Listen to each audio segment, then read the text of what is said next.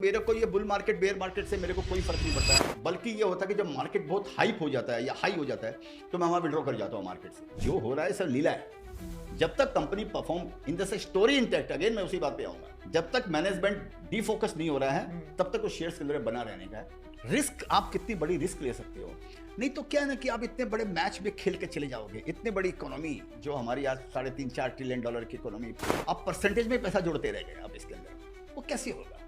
तो आपने गवा दिया ना वो अपॉर्चुनिटी को। ये अपॉर्चुनिटी मालूम नहीं कब आएगी। जो चाइना जो है ना, ये first wonder of 21st century है। आप चाइना को एक बार घूम के आइए, छोड़िए आप इधर उधर अलमाटी और वियतनाम और इधर। Mindset. My guest on the show today is someone who's a legendary market investor. He needs no introduction. He's been investing, I think, for maybe 30, 40 years now. And not just the market investor, but has many hobbies which the market is well aware of, whether it is singing, writing poetry, shairi, and all of that. So please join me in welcoming Vijay Kedia. Vijay ji, thank you so much आप आए मेरे show में. Thank you Sonia ji, thank you for inviting me. Thank you, it's my pleasure. तो when I thought of getting you on the show, I was very confused कि आप आएंगे नहीं आएंगे, क्योंकि आपकी जो स्टॉक मार्केट जर्नी है, बहुत सारे लोग इसके बारे में लिखते हैं. You are such an inspiration to everyone, so it's really an honour to have you here on the show. And मेरे पास बहुत सारे क्वेश्चंस हैं, but please forgive my Hindi, it's not great. तो आप please bear with me, but tell me about your journey. आपने start कैसे किया? एंड एवरीवन नोज कि आपके पास एक कॉन्सेंट्रेटेड पोर्टफोलियो है, 15-20 स्टॉक से ज़्यादा तो पोर्टफोलियो नहीं है आपके पास. But in that concentration of 14-15 stocks you have a net worth of almost 2000 crores, at least as per reports, right? Dollar और रुपीस? Hopefully dollars. आप बताइए. I don't count my money. Really, I'm telling you. I get to know all these things from media only कि अभी इतना बढ़ गया, इतना घट गया, ये हो गया. मैं सुन के हंसता हूँ, चल ठीक है भाई. मेरे तो आप बताइए ना हमें, आपका नेटवर्थ कितना है अभी? नहीं, I swear to God मेरे को नहीं मालूम. जो पेपर वाले बोलते हैं शायद वही होगा, ये मेरे को नहीं मालूम. मैं काउंट नहीं करता हूँ. डोंट काउंट योर चिकन, ऐसा कुछ बोलते हैं ना. गिनो मत उसको. गिनना गया भाई, हमको जाना है. मेरे को मैराथन दौड़ रहा हूँ मैं, 42 किलोमीटर 32 किलोमीटर जो भी होता है उतना मेरे को जाना है. अब 1-1 किलोमीटर मैं जुड़ता रहूं कि 1 किलोमीटर हो गया, 2 किलोमीटर थोड़ी हो गया. जाना कितना भाई? अभी तो 36 बाकी है, अभी 35 बाकी है, अभी 30 बाकी है. तो miles to go before I sleep. लंबा है. Correct, absolutely. तो आपकी स्टोरी बताइए पहले. आपने इन्वेस्टमेंट का ये जो मैजिकल यूनिवर्स है मार्केट का, शेयर बाजार का, कैसे स्टार्ट किया? At what age did you start trading? I read somewhere कि you started at the age of 14 and since then there was no looking back. नहीं, ऐसा नहीं है. There was so many looking back. It was like a typical Hindi masala movie, Bollywood masala movie. I started 14 when I got inclined towards investing at the age of 14 when I was 14. तो मेरे को लगा कि हाँ भाई, maybe I want to make my career into investing, क्योंकि मेरा पढ़ाई लिखाई में कोई मन करता नहीं था. मैं उसमें 10th क्लास में था, फेल हो गया था मैं. अच्छा. तो हाँ, तो मेरे को लगा यार अपने तो सब खत्म हो गया, कुछ करने का नहीं. And my father also died in the same 14 years of age. तो मेरे को लगा भी कुछ करना पड़ेगा. घर में भी हम लोग 4 भाई बहन थे, हम लोग मम्मी, तो हम लोग कुछ ना कुछ. तो इन्वेस्टिंग ही ऐसा लगा, इन्वेस्टिंग क्या सट्टा समझिए, वही ऐसा लगा कि यार शायद इसी में कुछ किस्मत आजमाई जा सकती है, क्योंकि कोई अपने पास कैपिटल नहीं था, जीरो कैपिटल कुछ था नहीं. तो ऐसे लगा कि यही काम ऐसा है जिसको मैं जीरो से शुरुआत कर सकता हूँ. And it doesn't need any qualification, it doesn't need any experience. तुक्का ही मार रहेगा ना, सट्टा ही कर रहेगा ना, तो तुक्का मारने का. लगा तो तीर, नहीं तो तुक्का. और 100-200 रुपया, 50 रुपया, 25-50 रुपया की वो हार जीत से वो शुरुआत किया. तो लेकिन जब वो लेजिटिमेट एज होती है, उस समय 19 ईयर्स की एज थी लेजिटिमेट जो भी होती है उसमें स्टॉक मार्केट में आने के लिए. तो जब 19 साल का हो गया तो मैं शेयर बाजार के अंदर में आ गया, फ्लोर पे आ गया वहाँ पे. अच्छा. तो फिर आके वहाँ पर वो ट्रेडिंग चालू किया, सट्टाबाजी. बट आपके घर में कोई और था जो ट्रेडिंग करता था, जो आपके मेंटोर्स थे, या ऐसे ही आपने स्टार्ट किया? नहीं, ऐसी शुरुआत मैंने ऐसे किया कि मेरे जो ग्रैंडफादर थे वो ब्रोकर थे कलकत्ता के अंदर. अच्छा. तो उसमें ब्रोकर कोई बहुत पैसा वैसा नहीं होता था ब्रोकर का. अब ब्रोकरों के पास में बिल्डिंगे और ये सब बड़े बड़े सब नेटवर्क हो गए. तो उसके अंदर में उस समय ऐसा कुछ था नहीं. तो उनको जब लगा कि मेरे को ब्रोकिंग करना नहीं था, क्योंकि किसी को बाबू बोलना, किसी को वो मस्का लगाना, वो अपने को आता नहीं था मेरे को. तो मैं वो सब छोड़ के सट्टा करने लग गया. तो घर वालों ने निकाल दिया, चाचा लोगों ने बोला ये बर्बाद कर देगा जो भी है, तो उन्होंने घर से निकाल दिया. तो मेरे लिए ब्लेसिंग इन डिस्गाइज था, उन्होंने निकाल दिया. तो मैं आजाद पंछी हो गया. बोला अभी क्या है, अभी पूरा समंदर है नापने के लिए. बोलते हैं जब आपके पास में खोने के लिए कुछ नहीं होता है तो नापने के लिए पूरा आकाश होता है आपके पास. तो मेरे साथ भी कुछ ऐसा हो गया. अभी मैं फ्री बर्ड हूँ, अभी जो मेरी मर्जी है वही मेरे को करने का है. तो ये वहाँ से जर्नी एक्चुअली शुरुआत हुई है. तो आप मुंबई कौन से साल में आए, और जब भी आप आए? 90 में आया. अच्छा, 1989, लेट 89. अच्छा. 1990 में आया. और तभी आपने क्या किया? तो संजोग से क्या आती तो अपने के लिए वो बुल मार्केट आ गया. तो समझिए मैं आया, बुल मार्केट लाया। 91 से जो ऐसा शुरुआत बोल हुई। सकते हैं, हाँ वो शुरुआत हुई। तो अपने आने के 4-6-8 महीने बाद ही बुल मार्केट शुरुआत हो गया वहाँ पे। तो उसमें वो पार्टिसिपेट किया उसके अंदर में, बुल मार्केट में, और पार्टिसिपेट किया तो अपने समझिए अपना जो तुक्का था वो तीर हो गया, अपने लग गया, अपने अपने बादशाह बन गए कि हाँ भाई अपने चल रहा है अपना। तो अच्छा। वहाँ से एक्चुअली ये शुरुआत हुआ। फिर वो एक ऐसा शुरू के दिन थोड़े से रहे उसके स्ट्रगल के, लेकिन ठीक है, वो भी एडवेंचर था, वो स्ट्रगल नहीं था, एडवेंचर था। पीछे घूम कर देखे तो लगता है उसने जिंदगी में सिखाया, नहीं तो सब सीखता नहीं वहाँ पे। Correct correct. तो सबसे बड़ा जो फायदा जो मेरे को, जो भी आज तक जहाँ भी मैं जो भी पहुँचा हूँ, कोई बहुत तीर नहीं मैंने मार लिया, जहाँ से आया हूँ वहाँ से कुछ आगे आया हूँ जरूर है। उसका सबसे बड़ा योगदान है भारत के बुल मार्केट को। तो उसमें मैं सही टाइम पे, ईश्वर ने सही टाइम पे, सही जगह, सही माहौल में मेरे को पहुंचा दिया। तो पहुंचा दिया तो बस वो समझिए मेरे लिए फायदेमंद हुआ। बट एक होता है लक, एक होता है right time right place, but एक होता है स्किल। तो आप हमेशा स्मॉल कैप्स और मिड कैप्स में इन्वेस्ट करते हैं, लार्जली स्मॉल कैप्स। तो मुझे ये पॉडकास्ट के थ्रू जानना है कि आपने वो स्किल कैसे डेवलप किया। मुझे पता है आपका एक फ्रेमवर्क होता है स्माइल, मैंने पढ़ा था। तो आप उसके बारे में थोड़ा बताइए। और जो ये यंगर जनरेशन है जो अपना पोर्टफोलियो क्रिएट कर रहे हैं, उनको आप कैसे ये स्किल डेवलप करने के लिए आपकी क्या एडवाइस है? तो पहले तो मैं ये बता देता हूँ, लक और स्किल की जो आप बात करते हैं, वो ऑफ कोर्स लक जो है समझिए, स्किल इसको बोलते हैं, जो मैं समझाऊँ। कई बार आप कुछ काम गलत भी करते हैं, बिना स्किल के भी करते हैं, आपको अनुभव नहीं है, फिर भी आप कुछ काम करते हैं तो आपको उसमें फ़ायदा हो जाता है, या आप उसमें मरते मरते बच जाते हैं। वो आपको लक आपको बचाता है। लेकिन जितनी बार लक आपको बचाता है, उतनी बार आपको लेसन सिखाता है। वो लेसन आपकी स्किल बन जाती है, या आपका अनुभव बन जाता है। नेक्स्ट टाइम लक आपको नहीं बचाएगा, वो स्किल आपको बचाएगी। जो पहली बार जो इस लक से आपने वो स्किल सीखी, या समझिए आप गिरते गिरते बच गए, तो नेक्स्ट टाइम वो चीज़ आपको सिखाती है। पहला बात तो ये हो गया। और दूसरा क्वेश्चन हुआ कि वो ऑफकोर्स वो स्माइल जो मैं वो फॉलो करता हूँ, कि मेरे को ये लगता है कि जो स्मॉल कैप और मिड कैप जो ये हैं, इनको मल्टी बैगर होने में टाइम नहीं लगता। कि जैसे एक हाथी है, अगर वो टर्न अराउंड करेगा, अगर घूमेगा तो उसको टाइम लगेगा, ठीक है। लेकिन अगर समझिए एक हिरन को घूमने का है, और एक और छोटे कोई चीता को घूमने का है, इवन कोई चींटी को भी अगर घूमने का है, जल्दी हो तो जाएगा। जल्दी से घूम सकती है। तो मेरे को शुरू से ये था कि मेरे को काम जल्दी जल्दी काम करने का लाइफ में, मेरे पास बहुत ज़्यादा टाइम नहीं है। मेरे को ऐसे लगता था कि मैं ऑलरेडी बहुत पीछे हूँ लोगों से। तो मेरे को ये समझ में आया कि स्मॉल कैप मिड कैप जो है वो रिस्की है, ऑफ कोर्स इलिक्विड भी है, लेकिन मेरे को लगा ये मल्टीप्लाई ज़्यादा होते हैं ये। तो इस बोल के मेरा रुझान मेरे को मन में रहा कि मैं जो भी काम करूँगा स्मॉल और मिड कैप के अंदर में करूँगा। और आपने जो दूसरा आपने ये पूछा, आप स्माइल का फुल फॉर्म बताइए, मतलब जो व्यूअर्स हैं जिनको पता नहीं है आपका फ्रेमवर्क, तो उनके लिए आप थोड़ा सा तो बताएंगे। स्माइल को मैंने स्मॉल इन साइज, तो मैं इसी स्मॉल और मिड कैप के अंदर में करता हूँ। और स्मॉल इन साइज माने यहाँ पर तो मैं जो एक जगह पढ़ा, मिड कैप भी माने 30-35 हज़ार करोड़ का जो मार्केट कैप होता है वो भी मिड कैप में आता है टेक्निकली देखा जाए तो, हाँ। यहाँ पर एज पर सेबी लॉ या एक्सचेंजेस का जो लॉ के हिसाब से। तो मेरा स्मॉल इन साइज मतलब है कि जिस भी सेक्टर में मेरे को इन्वेस्ट करने का है, उसमें जो छोटी कंपनी है, नॉट नेसेसरी लास्ट कंपनी हो, 3 नंबर हो, 4 नंबर हो, 6 नंबर हो, या 8 नंबर हो, स्मॉल इन साइज। तो मैं ये देखता हूँ कि इसके अंदर में कौन सी कंपनी मेरे पैरामीटर में ठीक बैठती है। और मीडियम इन एक्सपीरियंस की जो भी मैनेजमेंट जो है, क्योंकि मेरे को लगता है management plays a very important role. तो मेरे को लगता है जो मैनेजमेंट होना चाहिए उसको मीडियम इन एक्सपीरियंस, मतलब 15-20 साल का उसको अनुभव होना चाहिए मार्केट के अंदर में। तो 15-20 साल में उसने 3-4 बड़े छोटे साइकिल देख लिए होंगे, और बहुत सारी मुश्किलों का सामना किया होगा। तो उसको अनुभव हो गया कि कैसे तूफान में कैसे गुजरने का है, ये उसको अनुभव हो गया होगा। तो मैं जनरली इसी बल्कि मैं जो नई नई कंपनी आती है मैं उसमें इन्वेस्ट नहीं करता हूँ अभी तक तो इसलिए उनका वो एक्सपीरियंस बहुत जरूरी है यहाँ पे। और लार्ज इन एस्पिरेशन की जो मैनेजमेंट का एस्पिरेशन वो बहुत कमाल है, वो बहुत जरूरी है। उसके fire in the belly hunger उसको होनी चाहिए उसको, कि मैं आज छोटी कंपनी हूँ, आज मैं 1000 करोड़ की कंपनी हूँ, मेरे को 5000 बनना है, 5000 से 10,000 करोड़ की कंपनी बनना है, फिर नेशनल कंपनी बननी है, इंटरनेशनल बननी है।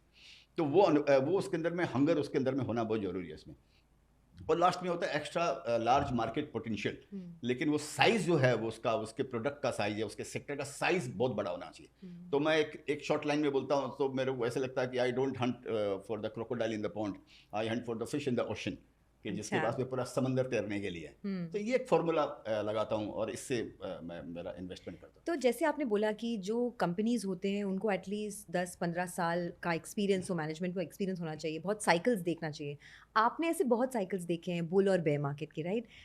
1990 से आपने शुरू किया था, तो आपने एटलीस्ट मे बी 4 बड़े बुल मार्केट देखे होंगे, 4 या 5, वेरी फॉर्चुनेट। एंड तो मैं आपसे जानना चाहती हूँ कि अभी जो चल रहा है मार्केट, थोड़ा सा बेयर मार्केट या थोड़ा सा करेक्शन जो चल रहा है, इसमें जो स्मॉल कैप और मिड कैप इन्वेस्टर्स हैं उनका करेक्शन जनरली ज़्यादा रहता है। अगर if Nifty corrects 5% then small caps generally correct 20%. तो आप ये बेयर मार्केट से जब भी गुजरते हैं तो आपका क्या साइकोलॉजी होता है? नहीं, मेरा माइंड बड़ा क्लियर है मैम। मैं ये सब सोचता हूँ, ये बुल मार्केट बेयर मार्केट ऐसा ऐसा कुछ नहीं होता है। तो मेरा कोड भी है कि we are neither in a bull market nor in a bear market, we are into stock market. तो आपको इंडियन इकोनॉमी को समझने का है। अगर इकोनॉमी अगर चल रही है तो स्टॉक मार्केट उसी का रिफ्लेक्शन है। स्टॉक मार्केट का अपना कोई अस्तित्व नहीं है, जो इकोनॉमी में हो रहा है उसका वो रिफ्लेक्शन। एक्सिबरेंस हो जाता है यहाँ पर, बहुत ज़्यादा बढ़ जाता है तो वो अपने आप में उसको करेक्ट करता है। ये मार्केट का यही फिनोमिना है। तो इस बोल का मेरे को ये बुल मार्केट बेयर मार्केट से मेरे को कोई फर्क नहीं पड़ता है। बल्कि ये होता है कि जब मार्केट बहुत हाइप हो जाता है या हाई हो जाता है तो मैं वहाँ विड्रॉ कर जाता हूँ मार्केट से। अच्छा. तो मैं सबड्यूड हो जाता हूँ, मैं डिफेंस में खेलने के लिए आ जाता हूँ। अच्छा. और जब मार्केट क्राइसिस में होता है तो मैं ऑफेंसिव हो जाता हूँ, मैं उल्टा काम करता हूँ। तो मेरा कोड भी है मैडम कि दुनिया में जो भी लोगों ने जो भी पैसे कमाए हैं वो बेयर मार्केट में इन्वेस्ट करके पैसे कमाए हैं।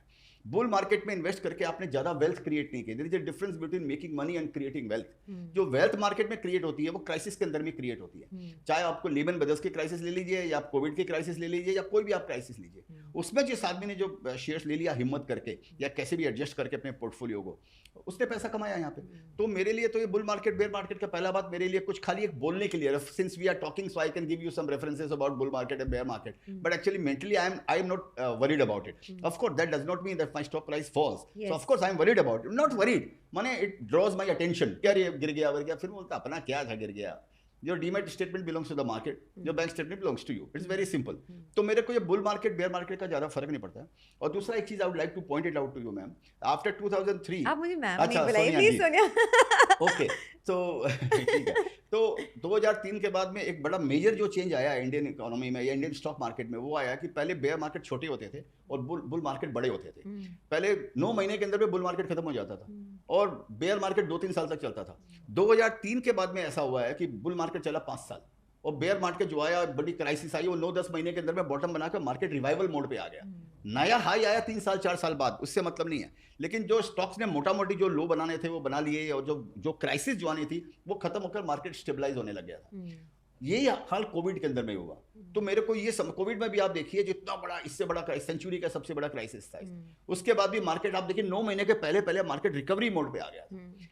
मार्केट को नया हाई से बुल मार्केट बेयर मार्केट नहीं समझना चाहिए। ये बहुत बड़ा मिथ है कि नया हाई आया तो ही बुल मार्केट होएगा, ऐसा कुछ नहीं होता। नया हाई आना बल्कि डेंजरस साइन है कि इसका मतलब हो सकता है गिरने की वो तैयारी है। तो मैं उस चीज़ को नहीं मानता हूँ बुल मार्केट बेयर मार्केट। बल्कि मैं आपको बताऊंगा 2008 से 2012 के बीच के अंदर में ये 4-5 साल ऐसे गए जिसमें मैंने जो शेयर्स लिए थे पहले, वो उस समय 50-100 गुना हुए 8 से 14 के बीच में। और लोग सोचते हैं 2014 के बाद में बुल मार्केट आया, लोग ऐसा सोचते हैं। तो ये लोगों ये नहीं सोचना चाहिए। तो मेरे को ये लगता है कि बुल मार्केट बड़े हो रहे हैं, बेयर मार्केट छोटे हो रहे हैं। और बेयर मार्केट आना बल्कि एक फिल्टर के जैसा होता है। छोटे माने फ्रॉड निकल जाता है, वीक लिंक जो होती है वो निकल जाता है। और ये सबसे बड़ा लेसन है। ये अभी कोविड के बाद में अभी जो मार्केट गिर रहा है और ये जो नए लोग जो आए हैं, ये इनके लिए जिंदगी का स्ट्रक्चर खड़ा करेगा इन लोगों के लिए। ये इतना बड़ा लेसन अगर इससे सीख जाते हैं लोग तो ये उनके लिए बहुत बड़ा लेसन है। ये ब्लेसिंग इन डिस्गाइज है। शेयर बाजार में लोग पहले आते हैं ना सोनिया जी, तो क्या सट्टा करने के लिए आते हैं सबसे पहले, तुरंत पैसा कमाने का ये वो। और मार्केट साथ देता है क्योंकि चलती हुई ट्रेन को आप धक्का लगाएंगे तो आपको लगेगा आप धक्का लगा रहे हैं, उल्टी दिशा में चल रहा है। हाँ, इसीलिए चल रहा है। अब दूसरी उल्टी दिशा में लगाएंगे तो आपको मालूम पड़ेगा आप में कितना दम है। तो लोगों को सबको यही समझता है कि इस मार्केट में आए, कुछ भी ले लिया, किसी ने बता दिया, आपने पैसे कमा लिया, आपको लग रहा है मैं इनविंसिबल हूँ, अभी मैं तो एकदम यहाँ पर फर्स्ट क्लास हो गया, मैं तो जीत लिया मार्केट को। जब मार्केट थप्पड़ मारता है तब आपको रियलाइज होता है कि आप में कुछ नहीं है। तो मैं बोलता हूँ भगवान देता है तो छप्पड़ फाड़ के देता है, जब लेता है तो थप्पड़ मार के लेता है। या तो ये थप्पड़ बहुत जरूरी है। ये आप सब खुद लिखते हो या कोई आपको लिख के देता है? नहीं, ये सब फालतू बातें कौन मेरे साथ टाइम वेस्ट करेगा, ये बताइए। आपके लिए फालतू होंगे, हमारे तो लेसन्स है, लाइफ लेसन्स। हाँ, तो वो तो ठीक है, वो मेरा दिमाग यही चलते रहता है, वो सब तो यही है। तो आपने एक बात बताई थी, जो बेयर मार्केट होता है उसमें आपका जो स्ट्रेंथ है वो उठ के आता है कि आपके पास करेज है या नहीं है। लेट्स टेक एन एग्जाम्पल, ठीक है? अभी आपके इन्वेस्टमेंट्स जो हैं बहुत सारे स्टॉक्स में हैं, उसमें से एक अतुल ऑटो भी है। तो अतुल ऑटो फॉर एग्जांपल एक पीरियड था between 2020 and 2023 when that stock did nothing, पूरा फ्लैट था या फिर थोड़ा सा करेक्शन भी था उसमें। उसके बाद उसकी जर्नी स्टार्ट हुई व्हाटएवर ग्रोथ की। तो जब भी आप एक स्टॉक आइडेंटिफाई करते हो, कोई भी कंपनी, तो सारे पैरामीटर्स को मीट करता है, लेकिन एक लॉन्ग पीरियड ऑफ फ्रस्ट्रेशन होता है। तो आप कैसे डिसाइड करते हो कि अभी एग्जिट करना चाहिए या टिके रहना चाहिए?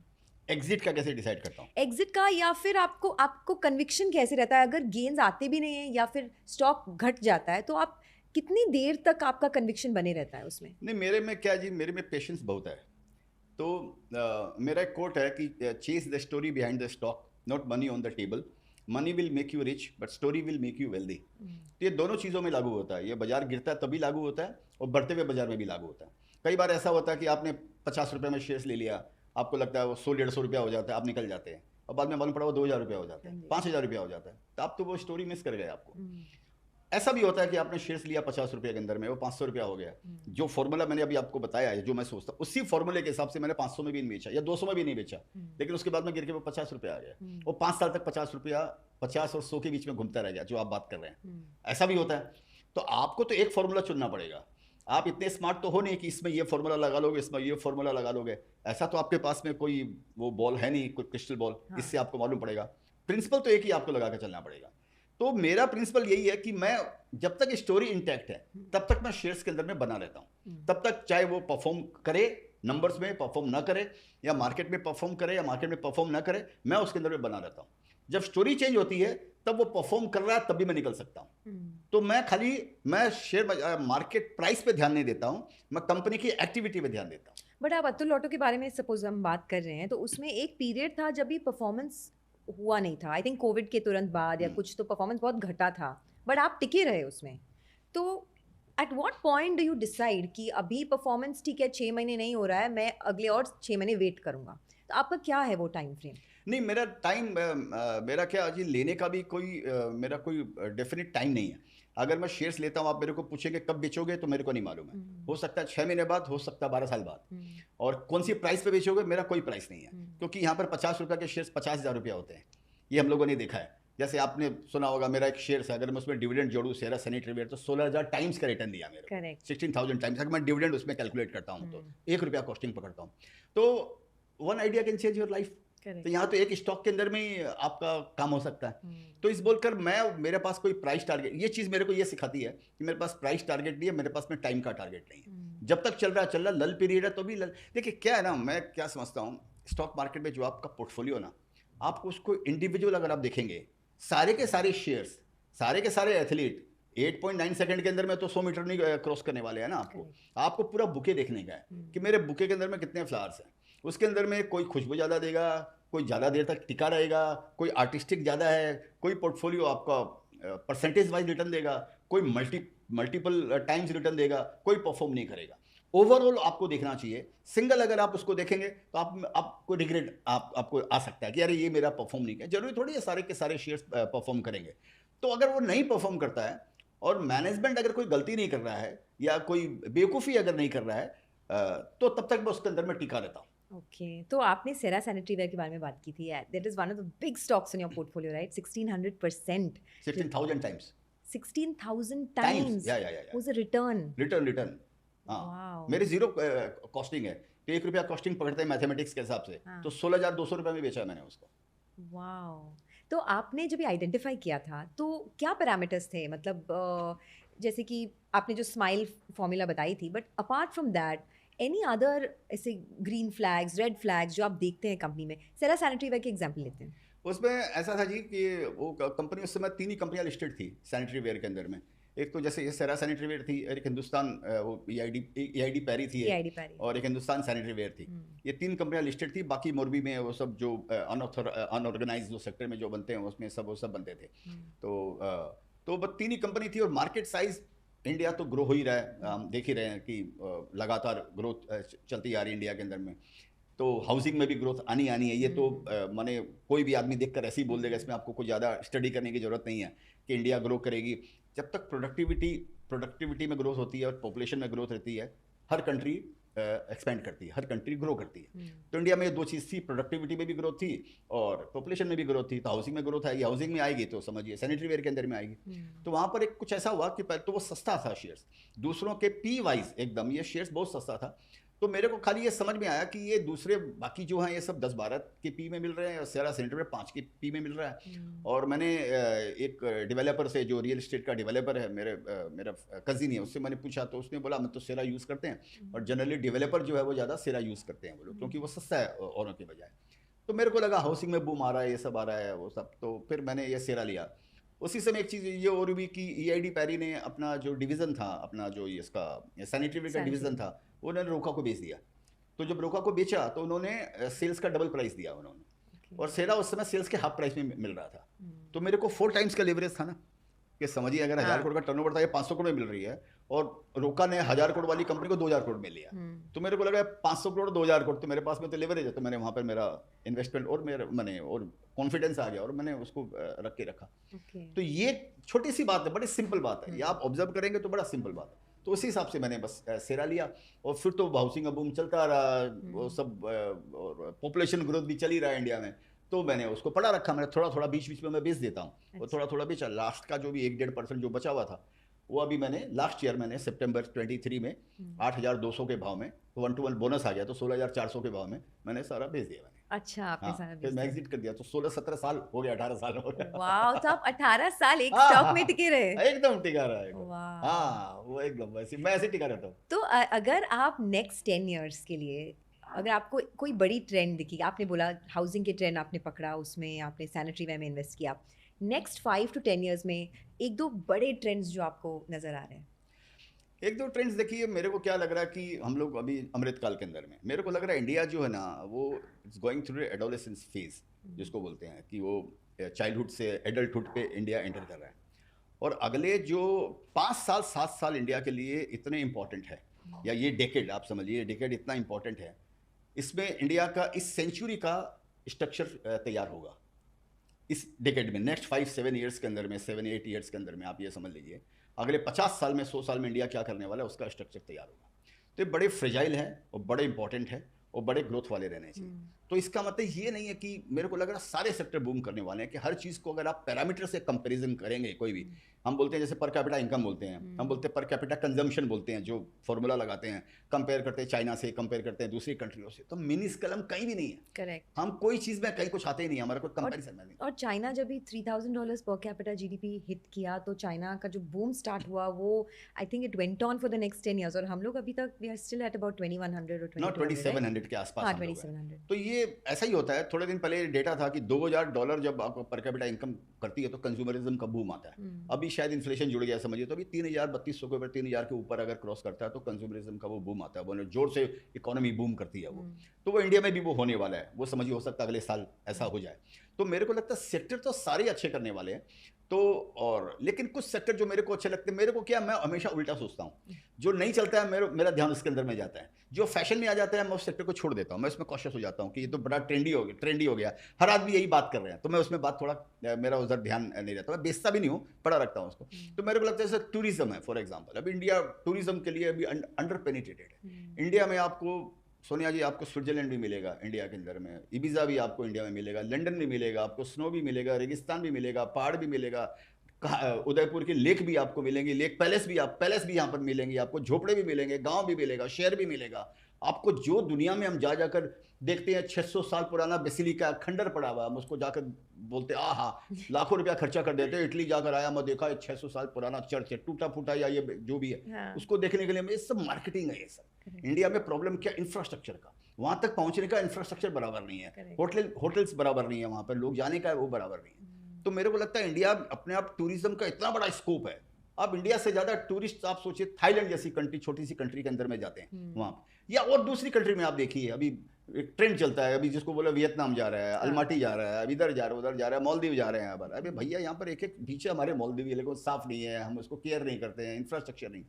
तो मेरे को लग रहा है कि गवर्नमेंट का फोकस अभी जैसे हो रहा है डोमेस्टिक टूरिज्म के ऊपर में, चाहे वो रिलीजियस के कारण हो। महाकुंभ को देखिए 40 करोड़ आदमी जाएंगे। मैं कहीं पढ़ा, बोलता है कि एक आदमी ने भीख मांगने का धंधा किया, बोलते मैं 45 करोड़ रुपया भीख मांग के कमा लूंगा। तो बताइए लोग क्या क्या आइडिया निकालते हैं। तो मतलब एक तो मेरे को लग रहा है ये सारी चीजें जो है वो अच्छी करनी चाहिए। टूरिज्म तो इसमें जैसे टूरिज्म अच्छा करना चाहिए, इंफ्रास्ट्रक्चर तो of course you can not imagine A 30-35 trillion dollar economy without infrastructure, तो वो भी अच्छा लगता है। तो मेरे अगर को आप ईवी अच्छा लगता है, जिसके लिए कल आप शूटिंग करके आए हैं। यस यस मैं देख रहा हूँ। मैं वन बाय वन लेती हूँ। और अगर आप टूरिज्म की बात करें तो उसमें जो लिस्टेड कंपनीज हैं वो एक तो बड़ा इंडियन होटल्स है, फिर छोटे छोटे होटल्स भी हैं, एविएशन में एक बड़ा इंडिगो है। तो बहुत कम जैसे अपॉर्चुनिटीज़ हैं। तो आप का जो फ्रेमवर्क में आप देखते हैं तो आप स्मॉल कैप होटल्स ऐसे इन्वेस्ट करते हैं या टूरिज्म में कौन से सेक्टर्स, कौन से स्टॉक्स में आप देखते हैं? तो मेरे पास टूरिज्म के अंदर में होटल वगैरह सब महंगे हैं, हाँ और नीचे से सारे बढ़ चुके हैं। तो मैं Exactly. ट्राई ये करता हूँ कि मैं सीड स्टेज पे कि कंपनी में इन्वेस्ट करने की ट्राई करता हूँ। जब ऑलरेडी वो 5 गुना 10 गुना हो जाता है तो मैं उसमें इन्वेस्ट करने का मैं उसमें फिर कर नहीं पाता हूँ मैं। अच्छा तो मैंने जब टूरिज्म में जैसे महिंद्रा हॉलीडेज में मैंने इन्वेस्टमेंट किया हुआ, मेरे को Yes. कोई ज़्यादा रिटर्न नहीं दिया अभी तक वो, हाँ लेकिन मेरे को लग रहा है कि ठीक है उसका भी टाइम आएगा। ये कोई रिकमेंडेशन नहीं है, मेरा खाली इन्वेस्टमेंट हाँ और 4 साल से इन्वेस्टमेंट है। हाँ और शेयर्स महंगा है, अगर आप बैलेंस शीट देखेंगे तो स्टॉक्स महंगा है, ये भी आप समझ के चलिए। हम्म, तो मेरे को इसके अंदर में मेरे को एक थीम अच्छी लगती है। मेरे नॉलेज में कोई शेयर्स नहीं है। ऑफ कोर्स इंडिगो में मैंने इन्वेस्ट किया हुआ है, इंडिगो एयरलाइंस के अंदर में। मेरे को एयरलाइंस में बड़ा बूम लगता है, वो प्रॉक्सी है टूरिज्म का। टूरिज्म बढ़ेगा तो एयरलाइंस बढ़ेगा। Correct. तो अगर होटल नहीं है तो चलिए ढाबा ही सही है, 5 स्टार होटल नहीं है तो बहुत सारे प्रॉक्सीज है, IRCTC भी है, हाँ, बहुत सारे ये proxies बहुत हैं। सारे प्रॉक्सीज है। तो वो ये सेक्टर बूम करेगा तो सभी चीजें आस्ते आस्ते बट आपको क्या लगता है महिंद्रा हॉलीडेज जिसमें आपका इन्वेस्टमेंट है 4 साल से कुछ नहीं हुआ, मैं भी ट्रैक करती हूँ वो स्टॉक, मुझे आज तक पता नहीं कि वो चला क्यों नहीं। या तो वो कॉन्सेप्ट नहीं चलता है, because tourism is growing but maybe as a concept that doesn't work. नहीं, कॉन्सेप्ट भी हो सकता है। मेरे को आपको मेरे को मैनेजमेंट भी थोड़ा वीक लगता है इसका। ये अभी मैनेजमेंट भी चेंज हो गया है अभी इसके अंदर में।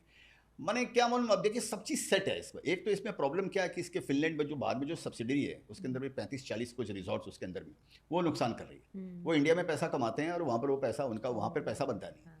तो जब तक वो इस कंपनी में वो साथ में रहेंगे ना, वो तब तक इसका ये बैलेंस शीट आपको समझ में नहीं आएगी। उसको स्टैंड अलोन के अंदर में अगर देखा जाए तो इसको ये माने मेरे को ये स्टोरी कब चलेगी मालूम नहीं, चलेगी नहीं चलेगी ये भी मेरे को नहीं मालूम है। मैं रखूंगा या कल बेच दूंगा ये भी मेरे को नहीं मालूम है।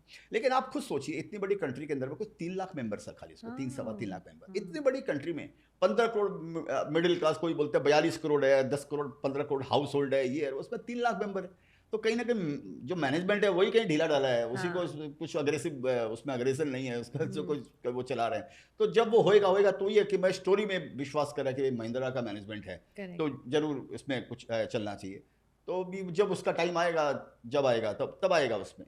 ओके तो दूसरा थीम आपने बोला ईवी, उसमें बहुत कुछ हो रहा है अभी, whether it's renewable energy, whether it's EV for EV automotives जो आपने कहा। बट पर्टिकुलरली जो ईवी थीम है उसमें आप OEMs में प्रेफर करते हैं, ऑटो एंसिलरीज में प्रेफर करते हैं, कुछ उसके बारे में बोल सकते हैं?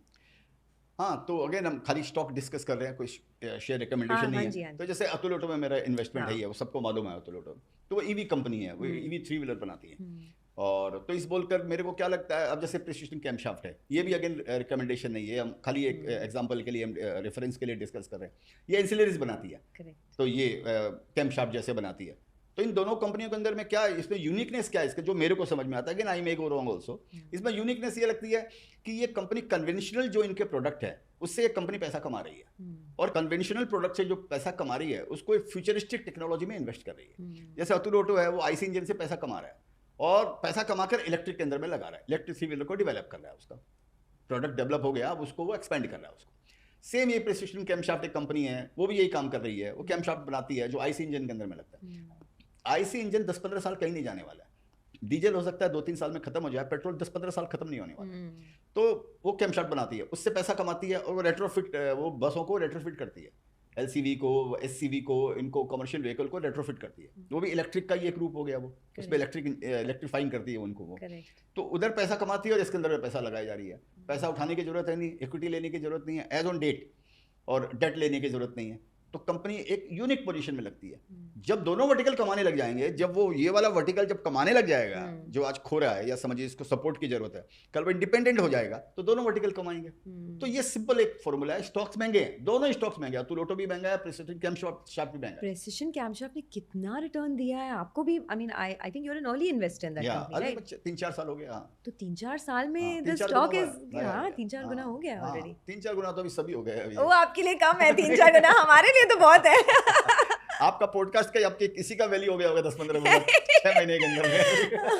होपफुली हो जाएगा। Yeah. बट नहीं आई मीन तो आप जब ये जो कंपनियां हैं, that's a very interesting point that you shared कि जो कंपनियां न्यू टेक्नोलॉजी में इन्वेस्ट करें उनको देख, जो आगे की सोचते हैं। हाँ तो अपार्ट फ्रॉम ईवीज टूरिज्म, थोड़ा और बातचीत करते हैं आगे के सोचने वाले कंपनीज के बारे में।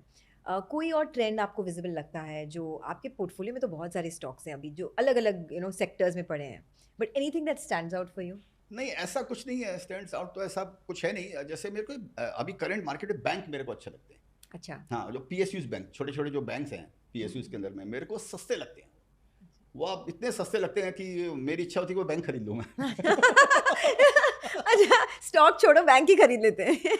अभी यही करने का मेरे को, अभी स्टॉक लेने का मन नहीं होता मेरे को। अभी अच्छा। कोई कंपनी लेने का मन होता है कि अपनी कंपनी। अभी तक मैं इन्वेस्टर, एज ए इन्वेस्टर इस साइड में बैठा हूँ। अभी लगता है कि कोई कंपनी ले और मैं दूसरी साइड में बैठूँ। तो आपकी जो रिस्क एपेटाइट की जो ये क्वालिटी है, ये आपने कल्टिवेट किया है या पहले से ही आप बहुत ही रिस्की हैं? नहीं देखिए, रिस्क मेरे को ऐसे लगता है कि रिस्क जो होता है ना वो गॉड गिवन होता है आपको। आप किसी को माने आप उसको रिफाइन कर सकते हो आप उसको, लेकिन जैसे एक जगह मैंने पढ़ा था सोनिया जी कि जैसे वो यू कैनॉट माने you cannot run 100 meters in 8.93 seconds, या जो भी उसेन बोल्ट का जो भी रिकॉर्ड है, you cannot run 100 meters in 8 seconds by coaching. वो कोचिंग से नहीं होता है, आपको सिखा नहीं सकता कि तेरे को 8.53 सेकंड्स में तेरे को 100 मीटर जाना है। वो कोचिंग उसके लिए नहीं है, ट्रेनिंग है उसके लिए, लेकिन ये अंदर का DNA होना चाहिए। आप देखिए वो मैराथन है, कल हो रहा था, एक कीनियन है, वो आता है हर समय वही ऐसे वही जीता है क्या दुनिया के अंदर में वही जीतता है, ऐसा क्या बात है भाई? हाँ। क्यों? उससे भी बड़े ताकत वाले होंगे, उससे भी कई लोग नहीं उनके DNA के अंदर में। तो ये आप प्रकृति को अगर आप देखेंगे ना, तो हर आदमी को कुछ न किसी तरीके से भगवान ने किसी न किसी कुछ प्रतिभा दी है, कुछ गुण दिए, कुछ अवगुण दिए, जो भी दिया। तो मेरे को लगता है रिस्क टेकिंग जो है ना, ये आपके शायद DNA के अंदर में आता है। तो मैं एक एग्जांपल देता हूँ कि जैसे मैं, जैसे आपने बताया मैं 14 ईयर्स का था, तो मैं मेरे दादा के साथ, पिताजी तो दादाजी के साथ में मैं मॉक ट्रेडिंग करता था, मॉक ट्रेडिंग। अच्छा। तो मैं गद्दा पीट पीट का बोलता था कि चलो 100 शेयर्स लिया, वो मेरा दादा बोलता था दिया, फिर मैं बोलता 500 लिया, बोलता दिया, फिर मैं बोलता 5000 लिया, फिर मैं बोलता था 50,000 लिया, फिर मैं बोलता था 1 लाख लिया। तो मेरा दादा बोलता तू पागल है, तू छोटी मोटी बातें नहीं करता है, 100-200 की बातें, 100-200 से सीधा 1 लाख 2 लाख 5 लाख पे पहुंच। तो मेरे को उसमें थ्रिल लगती थी। अच्छा। थ्रिल मेरे को उसमें लगता था यही जीवन है क्या, 100-200-500 ये। तो ये उस समय तो मैं समझता नहीं था कि इस रिस्क में मैं मर भी सकता था ना, और मरा भी कई बार, ऐसा तो है नहीं, लेकिन वो रिस्क नहीं छोड़ा। मेरे को काम वही करने का है, थ्रिलिंग का। जिस काम में थ्रिल नहीं हो, मेरे को वो काम करने का ही नहीं है। बट जब भी बेयर मार्केट होता है और आपके जो स्टॉक्स हैं वो 30-40-50% करेक्ट करते हैं, तो आप वो कैसे, मतलब वो इमोशंस को आप कैसे संभालते हैं? Because it's all about emotions at the end of the stock market, right? Grid and fear मेरे साथ होता है। मैं कुछ कंपनी में भी थोड़ा बहुत मेरा डायरेक्ट पोर्टफोलियो है, मैं बहुत कंपनीज में इन्वेस्ट करती हूँ, लेकिन जब भी वो उनकी शेयर प्राइसेस 20-30% गिरते हैं तो मुझे बहुत हर्ट होता है कि मेरा डिसीजन क्या गलत था, should I have maybe waited for investing, should I have, because very hard to catch the bottom, right? मैं आपको बात पूछता हूँ, समझिए मुंबई में बैठे हैं, आपकी ट्रेन चर्चगेट से बोरीवली आ रही है, समझिए 45 मिनट लगने वाले हैं फॉर सपोज। वो बॉम्बे सेंट्रल जाके लेट हो जाती है, तो आप ट्रेन से उतर जाओगे? नहीं उतरोगे। नहीं। अगर ट्रेन जल्दी पहुंच जाती है 5 मिनट, तो आप ट्रेन से उतर जाओगे? नहीं उतरोगे। क्यों नहीं उतरोगे? क्योंकि आपको जाना बोरीवली है। हाँ। तो आपकी नज़र आपके डेस्टिनेशन पे, बीच में ट्रेन लेट हो रही है या फास्ट हो रही है या स्लो हो रही है, या ट्रेन खराब हो गई है या आपकी गाड़ी खराब हो गई है, आप छोड़कर तो नहीं उतर जाओगे ना। तो डिपेंड करता है आपका डेस्टिनेशन क्या है आपका। तो मेरा डेस्टिनेशन जो है, जैसे मैंने आपको बताया, मेरा डेस्टिनेशन कंपनी की स्टोरी है, कि जब तक उसकी स्टोरी इंटैक्ट है मैं कंपनी के साथ में।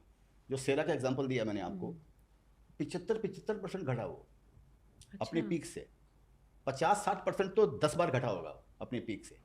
बट आप निकले नहीं निकल, बीच बीच में थोड़ा थोड़ा जो बेचता था वो घटने के कारण नहीं, क्योंकि मेरे को प्रॉफिट बुक करने का था। अच्छा। वो अलग बात है, लेकिन मीनिंगफुल स्टेक में उसके अंदर मैं रखता हूँ, मेरे को उसका फर्क नहीं पड़ता, थोड़ा थोड़ा मैं बेच देता हूँ। वो बेचने के कारण शायद हो सकता है जो उसको मैं होल्ड करता हूँ। ये भी सबका अपना अपना अलग अलग स्टाइल है, कि अभी मैं थोड़ा बेच दिया तो मेरे को लग रहा है अभी, और दूसरा मैं क्या करूँगा, वो पैसा मेरे को, जब मैं पैसा बैंक पर रखता हूँ ना, लिक्विड रखता हूँ, तो मेरे को नींद नहीं आती। सच्ची बोलता हूँ, मेरे को लग रहा है कि देखिए मैं रिकॉर्ड तभी बना सकता हूँ जब मैं क्रीज पे खेलता रहूँगा। मेरे मन में क्या आता है कि गिर गया, अभी मैं निकल गया, तो इसका मतलब मैं गेम से आउट हो गया, पेविलियन जाके बैठ गया। गेम से आउट होऊंगा तो मैंने तो अपॉर्चुनिटी भी खो दी रन बनाने की, आउट ही होऊंगा ना, अभी भी आउट ही हो गया ना भाई। हाँ। तो पेविलियन में आके बैठ गया तो आउट ही हो गया। हाँ। तो इसको खेलते खेलते आउट होने का मेरे को। तो मेरा जो नज़र जो है ना, वो मेरा, मैं मैराथन दौड़ रहा हूँ, वो आपको बताया, तो इस बॉल का बीच का मेरे को फर्क नहीं पड़ता, और ये मैंने देख लिया, ये 50 बार देखा है कि 10 रुपया का शेयर 500, 500 का शेयर 50, 50 का शेयर 5000, ये पूरी जिंदगी देखा है, खुद भी देखा है, लोगों को भी पढ़ा है, उनका भी डेटा आता है। हम सीखते क्या है, तो वो मैं नहीं सोचता हूँ, क्योंकि मेरे को उसी में रिकॉर्ड बनाने का है। ओलंपिक आया एक बार में, मेरे को उसी में टिका रहने का, मेरे को उसमें रिकॉर्ड बनाने का भाई। अगर मैं छोड़ के चला गया तो मेरा भविष्य खत्म हो गया। दूसरी स्टोरी भी अगर मैं ढूंढूंगा, हाँ अंटिल अनलेस स्टोरी में कोई प्रॉब्लम आ गई, जो मैं हमेशा बोल रहा हूँ कि स्टोरी इज इंपॉर्टेंट। अगर मैं दूसरा शेयर्स बेच के लूंगा तो वो भी तो मेरे को उसी हिसाब से महंगा मिलेगा, उसमें मेरे को फिर दिमाग लगाना पड़ेगा मेरे को, मैं इतना काम क्यों करूं मेरे को। तो मेरे को उससे फर्क नहीं पड़ता, मार्केट गिरता है मेरे शेयर्स गिरते हैं, मेरे को उसमें फर्क नहीं पड़ता है। मार्केट मजबूत रहता है, मेरे शेयर्स नहीं चलते हैं या गिरते हैं, तो मैं उस पर ध्यान देता हूँ। अच्छा, इसमें क्या प्रॉब्लम। तो जो बुल मार्केट में अगर आपके पोर्टफोलियो में अंडर परफॉर्मर्स है तो फिर आप निकल जाते हैं? मैं निकलता नहीं हूँ, उस पर ध्यान देना आप शुरू ध्यान करता देना, हूँ, लेकिन हाँ। मेरे को उत्तर नहीं समझ में अगर आता है उसका, क्योंकि मेरे को कंपनी का नंबर तो नहीं मालूम आगे क्या होने वाला है। मैं मैनेजमेंट से बात नहीं करता हूँ ज्यादातर, मैनेजमेंट से अच्छा। बात करके पैसा खोता हूँ मैं। अच्छा। मैनेजमेंट को खुद को नहीं मालूम वो क्या बनने वाला है। तो फिर आपको कैसे पता चलता है कि जो कन्विक्शन आपका है वो स्ट्रांग कैसे होता है कि चलो मैनेजमेंट अच्छा कर इंडिया रहा है? मार्केट देख के कि इंडिया में उसके प्रोडक्ट की डिमांड है कि नहीं है। ओके। कंपनी वाला 6 महीना नहीं भी परफॉर्म करेगा तो उसके ईवी की डिमांड होगी या नहीं होगी। आपने कल खुद ही आपने बोला जाकर एक्सपो के अंदर में कि ईवी का ये एक बात, एक एग्जांपल दे रहे हैं, करेक्ट। तो ईवी के बारे में तो कहीं दो मत है नहीं, ईवी तो कहीं साफ होने वाला है नहीं, बराबर है, ये तो रहने वाला है, ये तो आगे आगे रिप्लेस करने वाला है, चाहे इसको 15 साल लगेगा आपको। तो उसमें अगर कोई कंपनी 6 महीना परफॉर्म नहीं की, 1 साल परफॉर्म नहीं की तो नहीं की, अब उसमें मैं क्या करूंगा। मेरे कुछ शेयर्स ऐसे हैं जो 4 साल परफॉर्म नहीं किए, कोविड के बाद में, जो कोविड के पहले जो टॉप बनाए हैं उसके बाद में 4 साल में उन्होंने परफॉर्म ही नहीं किया। 2-3 शेयर्स मेरे पास में ऐसे हैं, रेप्रो इंडिया, वेवो ग्लोबल और एक कंपनी ऐसी होगी जो परफॉर्म नहीं किया। अभी मैं क्या कर सकता हूँ, उसको नहीं किया तो नहीं किया, दूसरे परफॉर्म के लिए तो मन में थोड़ा शांति है कि चलो ठीक है मैं गेम में टिका हुआ हूं। पर उसमें अपॉर्चुनिटी कॉस्ट भी है ना। लेकिन इतना राइट आप कैसे हो जाओगे। हाँ। आप इसको दूसरी तरीके से समझो मेरा दूसरा शेयर परफॉर्म किया, तेजस नेटवर्क फॉर एग्जांपल, 40 गुना हो गया नीचे से, 30 गुना 40 गुना हो गया सपोज कोविड के बाद में। अगर मैं तेजस नेटवर्क की बजाय समझिए रेप्रो इंडिया ही ज्यादा ले लेता और तेजस नेटवर्क उतना नहीं लेता जितना मैंने लिया, तो मैं आज किधर खड़ा रहता।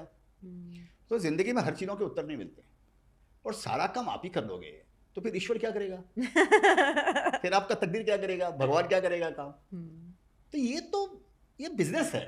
पर आप जैसे अंडर परफॉर्मेंस की बात करते हो, अभी हाल ही में, क्योंकि अभी न्यूज़ में है कोटक महिंद्रा बैंक को आप देख लीजिए, 4 साल से 5 साल से स्टॉक ने कुछ भी नहीं किया। बहुत ही बढ़िया बैंक है, ग्रेट मैनेजमेंट, स्टेबल परफॉर्मेंस, सब कुछ। 4 साल पहले जो भाव था आज भी वही भाव है, 1900 के आसपास, नंबर्स भी आज अच्छे हैं। तो ऐसे टाइम पे क्या करना चाहिए, क्योंकि Kotak Mahindra bank is a stock I think in almost everyone's portfolio because of large cap ये वो। ऐसे टाइम पे आपको क्या लगता है क्यों ऐसी अंडर परफॉर्मेंस आती है? नहीं, उसके कारण ऐसा भी हो सकता है कि वो शेयर्स पहले भी ओवर वैल्यूड होगा। जो मैं मेरी कंपनियों में अगर देखता हूं तो वो शेयर्स मेरे पहले जो मैं आपको बताया 4 साल परफॉर्म नहीं किए, इसलिए कि 4 साल पहले भी वो ओवर वैल्यूड थे। जो मार्केट का एक पैरामीटर चलता है, वैसे हर शेयरों में डिफरेंट पैरामीटर चलता है, कोई एक पैरामीटर्स नहीं है, लेकिन वो ऑलरेडी इतने हाइप हो चुके थे। जैसे वेवो ग्लोबल है, वो नीचे से 20 गुना बढ़ चुका 5 साल में, कोविड के पहले 20 गुना बढ़ गया। उसमें इतनी वैल्यू नहीं थी उसके अंदर में, लेकिन मैं भी कैरिड अवे हो गया। मैं भी दूसरे ई कॉमर्स की कंपनियों को देखकर मेरे को ऐसे लगने लगा 100 का पी चल रहा, 80 का पी चल रहा, इसको तो 50 का ही बाबा, एग्जैक्टली 60 का ही इसका। एग्जैक्टली वही क्वेश्चन हमेशा आता है। तो आता है, तो वो तो मैं मेरी सोच का मेरे को दंड मिलने, जो मैं ऐसा सोचूंगा वैसा मेरे को मेरे कर्मों के फल मेरे को ही मिलने वाले हैं। लेकिन इसी सोच के कारण दूसरे में फायदा हुआ। तेजस नेटवर्क आज तक पैसा नहीं कमाया, आज तक बैलेंस शीट रेड में, अब जाकर दो क्वार्टर से पैसा कमाना चालू किया। 4 साल में कंपनी घाटे में आई है, घाटे कम हो रहे हैं, और घाटे कम भी नहीं, घाटे बढ़ते हुए आ रहे थे अभी तक तो। उन्होंने पैसे ही नहीं कमाए, उसके बावजूद भी शेयर 30 गुना हो गया। क्यों? क्योंकि उसके हाथ में ऑर्डर था, ये अब कमाएगा। तो बैठे रहो गंगा किनारे, कभी ना कभी तो लहर आएगी। तो आशा में बैठे रहे थे, उसी आशा में बैठे, एक शेयर गिर गया, उसी आशा में बैठे रहे, दूसरा शेयर तिर गया। तो आप क्या इसके अंदर में डिसीजन लेने वाले हो? मेरे पास इसका उत्तर नहीं है एक्चुअली, सच पूछे तो मैं इसका उत्तर एक ही है कि भैया जो हो रहा है सब लीला है। इसके हर चीज के पूरे उत्तर तुमको मिलने वाले नहीं है। जब तक company perform in the story intact, again मैं उसी बात पे आऊंगा, जब तक उसके प्रोडक्ट की स्टोरी इंटैक्ट है, जब तक मैनेजमेंट डिफोकस नहीं हो रहा है, तब तक उस शेयर्स के अंदर बना रहने का है। परिणाम आपको दोनों मिलेंगे, कभी अच्छे मिलेंगे, कभी बुरे मिलेंगे, ठीक है, जो मिलेंगे वो मिलेंगे। तो आपकी जो पोर्टफोलियो है 10-15 स्टॉक की, उसमें से अगर आपके 5 स्टॉक भी मल्टी बैगर्स हो जाते हैं तो अब बाकियों को ज़्यादातर अगर घटेगा 20-30% तो आप ज़्यादा देखते नहीं हो। आज ज़्यादा देखते नहीं है, हुँ, बशर्ते उसमें ऐसी खराबी नहीं हो कि जो आगे ठीक नहीं होने वाली। हुँ, टाइमिंग मेरे को नहीं मालूम है कि ये ठीक 1 साल में होगा या 2 साल में हो, और मेरे उसमें क्वांटिटी भी थोड़ी रीजनेबल रहती है, हुँ। मैं उसको बेच भी नहीं सकता हूँ। मैं भी अभिमन्यु के जैसा हूँ, घुसना आता निकलना नहीं आता। निकलना मेरी मर्जी से नहीं है, घुसना मेरी मर्जी से है, एग्जिट मेरी मर्जी से नहीं है। अगर आपको एग्ज़िट नहीं आता है तो हम जैसे लोग क्या करेंगे? मतलब मेरे मन में हमेशा वो दुविधा रहती है कि अभी एग्ज़िट करूँ, नहीं करूँ, बेचूँ, नहीं बेचूँ, बिकॉज़ यू नेवर नो कि वो स्टॉक। आई रिमेंबर वो आयशा मोटर्स में मेरे साथ ऐसे हुआ था। वो 8,000 में स्टार्ट हुआ जब भी मैंने इन्वेस्ट किया था, तो it went up to about 12,000 तभी। तो मुझे लगा वाओ 8 से 12,000 तक हो गया है, चलो थोड़ा बेच देती हूँ। उसके बाद it went to 30,000। So of course I stayed invested because I was also tracking the company, ये वो long term investment था वगैरह, but the decision to exit is something which is very tough. नहीं तो आपको एक फॉर्मूला लगाकर चलना पड़ेगा आपको। देखिए मैं हमेशा बोलता हूँ regret is the lifestyle disease of investing. Regret तो आपको होना है, कम ले लिए बढ़ गया तो आपको रिग्रेट है कमी क्यों लिया। अगर आपने ले लिया गिर गया तो आपको लगेगा मैं लिया ही क्यों। एवरेज कर लेंगे फिर गिर जाएगा, आपको लगेगा मैं एवरेज ही क्यों किया। फिर आप बोलेंगे एवरेज कर लिया और मैं गिर गया, अभी मैं निकल जाती हूँ। आप हाँ। निकल जाएंगे, फिर वो बढ़ जाएगा, फिर आपको लगेगा ये मैंने क्या किया। हाँ। इसके उत्तर नहीं मिलने वाले आपको कभी भी, इसके सारी बातों के उत्तर नहीं मिलने वाले हैं। जिनका उत्तर नहीं मिलने वाला है उनको आपको छोड़ देना चाहिए। और मेरे को लग रहा है एक ही फॉर्मूला इन्वेस्टर्स को याद रखना कि story, chase the story behind the stock. बाकी छोड़ दो, बाकी मार्केट के मैकेनिज्म पे। और हाँ एक चीज जरूर है, जब एकदम स्टॉक ओवर वैल्यूड, जैसे जो समझिए मैंने गलती की, जैसे मैंने बताया 60 70 80 का पी हो गया, दूसरे 100 के पी दिखते थे ई कॉमर्स कंपनी में, मैं निकला नहीं। तो आप सीखते रहते हो ना, पूरी जिंदगी हम यही करते हैं ना कि जो कर रहे हैं उसी से हम सीखते हैं कि भाई नेक्स्ट टाइम ऐसा मैं शायद नहीं करूंगा।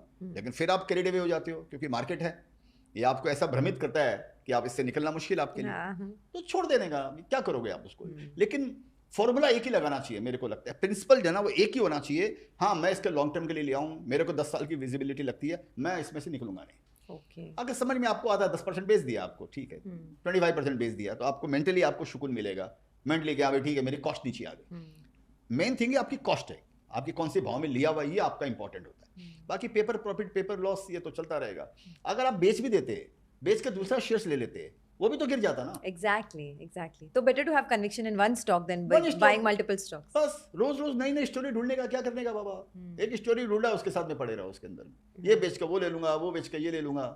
वो फुटबोर्ड पर खड़े होकर ट्रेन में सफर करने का क्या, हर स्टेशन पर उतर गए, हर स्टेशन पर क्या करने का उसको। इतना वो नहीं हो सकते हो एक्यूरेट। तो विजय जी, आपके जो यंग इन्वेस्टर्स हैं, यंग फॉलोअर्स हैं, वो जानना चाहेंगे कि जब भी कोई स्टॉक हम पिक करते हैं तो वो जो स्किल सेट चाहिए वो क्या होता है? नहीं देखिए मैं पहले आपको बताता हूँ इन्वेस्टमेंट का जो पहले आपको ये समझना चाहिए कि इन्वेस्टमेंट के अंदर में हर आदमी का अपना अपना अलग अलग स्टाइल होता है। तो कोई ज़रूरी नहीं जो मैं बोल रहा हूँ या जो मेरी जो स्टाइल है या मेरा जो स्किल या जो भी आप उसको बोलिए वो आपके लिए भी काम करेगा, मेरे को मालूम नहीं। और दूसरा एक बात वो मतलब मैं कभी कोई इन्वेस्टिंग की किताब नहीं पढ़ा हूँ मैं कोई, तो इस बोल कर मेरे को नहीं मालूम है कि हो सकता है इसीलिए किसी के लिए ठीक है, किसी के लिए गलत हो सकता है। तो जैसे मैं एक फॉर्मूला लगाता हूँ, मेरे को लगता है स्टॉक मार्केट में सक्सेस होने के लिए, स्टॉक पिकिंग के लिए या स्टॉक मार्केट में एज ए करियर, अगर वो ये यंग इन्वेस्टर्स और नए इन्वेस्टर्स आ रहे हैं उनके लिए सबसे इंपॉर्टेंट है। तो मैंने एक एक्रोनिम क्रिएट किया, उसको मैं बोलता हूँ फॉर्मल। Okay. तो फॉर्मल मैंने जैसे एफ का मतलब है फोकस्ड। तो यहाँ पर बिना फोकस के कोई काम नहीं है। और फोकस का मेरा बोलने का मतलब ऐसा है कि समझो आप कुछ भी दुनिया में काम कर रहे हो, घूम फिर के सेंटर ऑफ ग्रेविटी जो है ना, वो मेरा जो सेंटर ऑफ ग्रेविटी है वो इन्वेस्टिंग है। फॉर एग्जांपल मैं पिक्चर भी देखता हूँ, समझिए पिक्चर देखा, मैं पिक्चर देखा, वापस पिक्चर से हॉल से निकला, बाद में मेरे दिमाग में पिक्चर नहीं घूमती है। वो पिक्चर में क्या हुआ, कौन मरा, कौन गाया, कौन क्या। जैसे कल कोल्ड प्ले देखने के लिए गया, कोल्ड प्ले देखने के लिए गया तो वहाँ पर वो देख लिया, उसके बाद जब वहाँ से निकल गया तो मैं छोड़ के मेरी सेंटर ऑफ ग्रेविटी में आ गया कि कल मार्केट खुलने वाला है। हाँ। तो मेरा फोकस पॉइंट जो है वो स्टॉक मार्केट इन्वेस्टिंग ही है मेरा। तो मेरे को ऐसे लगता है कि जब और भी मैं जितने लोगों से मार्केट में मिलता हूँ, जो पुराने लोग हैं मार्केट में, जो फ्रेंड्स है जिनको मैं जानता हूँ, मैं उनमें ये कॉमन चीज़ देखता हूँ। ऐसा नहीं कि आपके दूसरे शौक नहीं होने चाहिए, सेंटर ऑफ ग्रेविटी लेकिन इन्वेस्टिंग ही है, इसके अलावा कुछ नहीं। ऐसा मेरे पर लागू होता है। और दूसरा फॉर्मल का जैसे समझिए ऑब्जर्वेशन। मेरे को लगता है कि ऑब्जर्व करना ही नहीं तो आपके दिमाग में नई आइडिया कैसे आएगी। क्या फैशन चेंज हो रही है, क्या ट्रेंड चेंज हो रहा है, क्या कल्चर चेंज हो रहा है, क्या एक्सपीरियंस चेंज हो रहा है, या सब फॉर क्यू कॉमर्स जो अभी चल रहा है वो। जिसने पहले समझ लिया होगा कि हाँ भी 10 मिनट के अंदर में डिलीवरी होती है, ब्लैंकेट 10 मिनट में डिलीवरी करता है, 5 मिनट डिलीवरी करता है, एक ऑब्जर्वेशन को आपको मालूम पड़ा होगा ना, तो उसने समझिए कोई जाके शेयर्स ले लिया होगा, जो भी शेयर्स लिस्टेड है, चाहे स्विगी आ गया होगा या उसके पहले जो भी था जोमेटो था या जो भी आया। तो ऑब्जर्वेशन मार्केट के अंदर में बहुत जरूरी है कि आप ऑब्जर्व कर रहे हैं आपके आजू बाजू में क्या हो रहा है, क्या ट्रेंड चेंज हो रही है, क्या कल्चर चेंज हो रहा है। दूसरा मेरे को लगता है ये बहुत इंपॉर्टेंट है स्टॉक मार्केट के लिए। और दूसरा मेरे को लगता है कि R for risk taking capacity. Risk, आप कितनी बड़ी रिस्क ले सकते हो। नहीं तो क्या है ना कि आप इतने बड़े मैच में खेल के चले जाओगे, इतने बड़ी इकोनॉमी जो हमारी आज 3.5-4 ट्रिलियन डॉलर की इकोनॉमी, 25-30 ट्रिलियन डॉलर इकोनॉमी हो गई, आप परसेंटेज में पैसा जोड़ते रह गए आप इसके अंदर में, वो कैसे होगा। तो आपने गवा दिया ना वो अपॉर्चुनिटी को। ये अपॉर्चुनिटी मालूम नहीं कब आएगी, लाइफ टाइम अपॉर्चुनिटी जो इंडिया के अंदर में अभी तक आई है, अगले लास्ट 20 ईयर्स में आगे जो आएगी समझिए। लेकिन रिस्क टेकिंग एपेटाइट, आपका रिस्क एपेटाइट होना चाहिए। अगर आपको समझ में आया, जो हमेशा मैं बोलता हूँ कि अगर नो बॉल में अगर आपने 1 रन बनाया तो आपने 1 रन नहीं बनाया, आपने 6 रन खोया। नो बॉल में तो छक्के मार भाई, नो बॉल का रन ले और दूसरी उसके ऊपर जो बॉल आती है इस पर छक्के मार, उस पर रन तेरे को मिलना चाहिए ना भैया। उसमें भी अगर 1 ही रन ले लिया, अरे मेरा शेयर 50 का 500 हो गया, अरे वेरी गुड। लिया कितना था? 500 शेयर्स। आपके पोर्टफोलियो आपके वर्थ के हिसाब से, अगर आपकी वर्थ है 2000 की, आपने 500 लिया तब ठीक है। लेकिन मैं तो ऐसे ऐसे लोगों को जानता हूं उसकी वर्थ है 50,000 शेयर्स लेने की, लेकिन 1000 शेयर्स पे उनको घबराहट होने लग जाती है। आप बड़ा पैसा नहीं कमा सकते हो। तो रिस्क टेकिंग कैपेसिटी आपकी होना चाहिए। और तीसरा जो फॉर्मल का जो एम है वो है मैराथनर। आपका जो माइंड सेट होना चाहिए वो स्प्रिंट के जैसा नहीं होना चाहिए। स्प्रिंट बोलते हैं ना, जो स्प्रिंटर क्या बोलते हैं, हाँ, जो जल्दी भागते हैं, जो 100 मीटर दौड़ते हैं, स्प्रिंट। हाँ, स्प्रिंट। आपका माइंड सेट होना चाहिए मैराथनर का जैसा। मैं मैराथन दौड़ रहा हूँ। आप दोनों का माइंड सेट, अगर आप सोचेंगे कि मैं जो आपने पूछा मैं जल्दी निकल जाती हूँ, आप अपने आप को पूछिए आप 100 मीटर दौड़ रहे हैं कि मैराथन दौड़ रहे हैं। मैराथन जिस दिन आप सोचेंगे दौड़ेंगे, आपका स्टॉक का सिलेक्शन बदल जाएगा। मैं वो ट्रेन में इन्वेस्ट नहीं करता हूँ जो चर्चगेट से लेकर बॉम्बे सेंट्रल में खत्म होती है, मैं उस ट्रेन में इन्वेस्ट नहीं करूंगा। तो मैराथनर रहेगा तो आपका सोचिए स्लो एंड स्टडी। शुरुआत भी स्लो, एक स्टडी होगी और पूरा उसको आप मेंटेन करेंगे और आप बड़े फोकस रहेंगे। 100 मीटर वाले को ज़्यादा दम चाहिए, नो डाउट, उनको दोनों को डिफरेंट दम चाहिए, लेकिन उसको 100 मीटर में खत्म हो जाएगा उसका। तो इन्वेस्टिंग में ये सोचना चाहिए मेरे को मैराथनर बनने का, ऐसा मैं सोचता हूँ। और दूसरा हो गया ए फॉर एडेप्टेबिलिटी। मार्केट के साथ एडेप्टेबिलिटी, उसमें पेशेंस भी आपको इसमें आ जाता है। जैसा मार्केट चलाना या मार्केट आप जैसा सोच रहे हैं वैसा होना आपके वश में नहीं है, या मार्केट की अपनी चाल है। मार्केट के हिसाब से आपको अपने आप को एडजस्ट करने का, आपको मार्केट बूम अगर है तो एडजस्ट करने का है, खाली पड़ा हुआ है तो एडजस्ट करने का है, डूब गया तो एडजस्ट करने का है। ये मार्केट का फैशन है भैया, मार्केट का ट्रेंड है, इसमें मेरे को डिस्टर्ब नहीं होने का। मेरे को मार्केट के हिसाब से एडेप्टेबिलिटी आपको होना चाहिए। ये फॉर्मल का फॉर्मूला है। ओके, और एल? हाँ, तो मैं चाहता था कि आप मेरे को पूछें इसी वर्ल्ड का, मैं एल में रुक गया आपको, तो ये आपके स्मार्टनेस है ये आपके। तो फॉर्मल का जो एल है वो लास्ट है। तो मेरा मतलब बी फोकस्ड और बी ऑब्जर्वेंट और risk taker, be a marathoner and be adaptable and be in love. अच्छा, मेरे को क्या लगता है कि सोनिया जी, अगर आप मार्केट को प्यार नहीं करेंगे, मेरे को लगता है पैशन से ऊपर भी प्यार होता है। पैशन तो सर्कमस्टांसेस पर डिपेंड करता है, सिचुएशन पर डिपेंड करता है। You have to be in love with the market. आप किसी का भी इंटरव्यू लीजिएगा, जो आपके यहाँ पर आए हैं और आगे आप आएंगे, आप देखिएगा कि वो क्या बोलना चाहते हैं। ऐसा मैं सोचता हूँ, अगेन मैं बोलता हूँ, ये मेरा अपना पर्सनल, मैं गलत हो सकता हूँ। You have to be in love with the market. तुझ में रब दिखता है यारा, मैं क्या करूँ, मेरे को तो इसी में रब दिखाई देता है। मेरे को शेयर बाजार में मेरे सेंटर ऑफ ग्रेविटी शेयर बाजार ही है, इसके अलावा मेरी जिंदगी में कुछ नहीं, आप ये समझ लीजिए। तो अगर आप you are in love with the market, तो ये focused, observation, risk taking, alignment या एडजस्टमेंट, एडेप्टेबिलिटी, सब चीज इन लाइन हो जाती है। तो मेरे लिए अभी चलता है ना 60 घंटे का धंधा है कि 90 मिनट का जो धंधा जो बात चलती है, मेरे लिए 168 घंटे का धंधा है वीकली। अच्छा, 24/7 मेरा यही काम है। अच्छा, इसका मतलब ये, अगेन मैं ये बोल रहा हूँ, इसका मतलब नहीं मैं दूसरे काम नहीं करता हूँ, मैं एंटरटेनमेंट भी करता हूँ, वापस आ जाता हूँ, अपनी धुरी पे आ गया, वापस आ गया। मेरा सेंटर ऑफ ग्रेविटी है वो। जब तक आप इसको लव नहीं करेंगे इस धंधे को, तब तक ये चीजें अलाइनमेंट नहीं होंगी। बट आपको क्या लगता है, ये 90 आवर वर्क वीक के बारे में बहुत बात, 90 आवर वर्क वीक के बारे में बहुत बातचीत चल रही है आजकल। तो आप कितने घंटे काम करते हैं? आपने तो बोला आपका तो दिन भर 24/7 चलता ही रहता है इन्वेस्टिंग। दिमाग मेरा इसी में रहता है। हाँ। जब आदमी जैसे बोलते मेरे तो गिरधर गोपाल दूसरों ना कोई, जब आदमी प्यार में होता है तो उसके दिमाग में बैक ऑफ द माइंड में वही रहेगा ना। जिस चीज को अगर आप अपने बच्चे को प्यार करते हैं फॉर एग्जांपल, आप कुछ भी काम कर लोगे दिमाग में आपका बच्चा आएगा ना, घूम फिर के जरा सा फ्री हुए आपके दिमाग में आपका बच्चा आएगा। करेक्ट, बराबर बात है। करेक्ट। तो मेरे को क्या लगता है, अभी आपकी बात पे आता हूँ, जो ये 60 घंटा 90 घंटा वाली जो बात है, इनमें दो बात में इसमें फर्क है।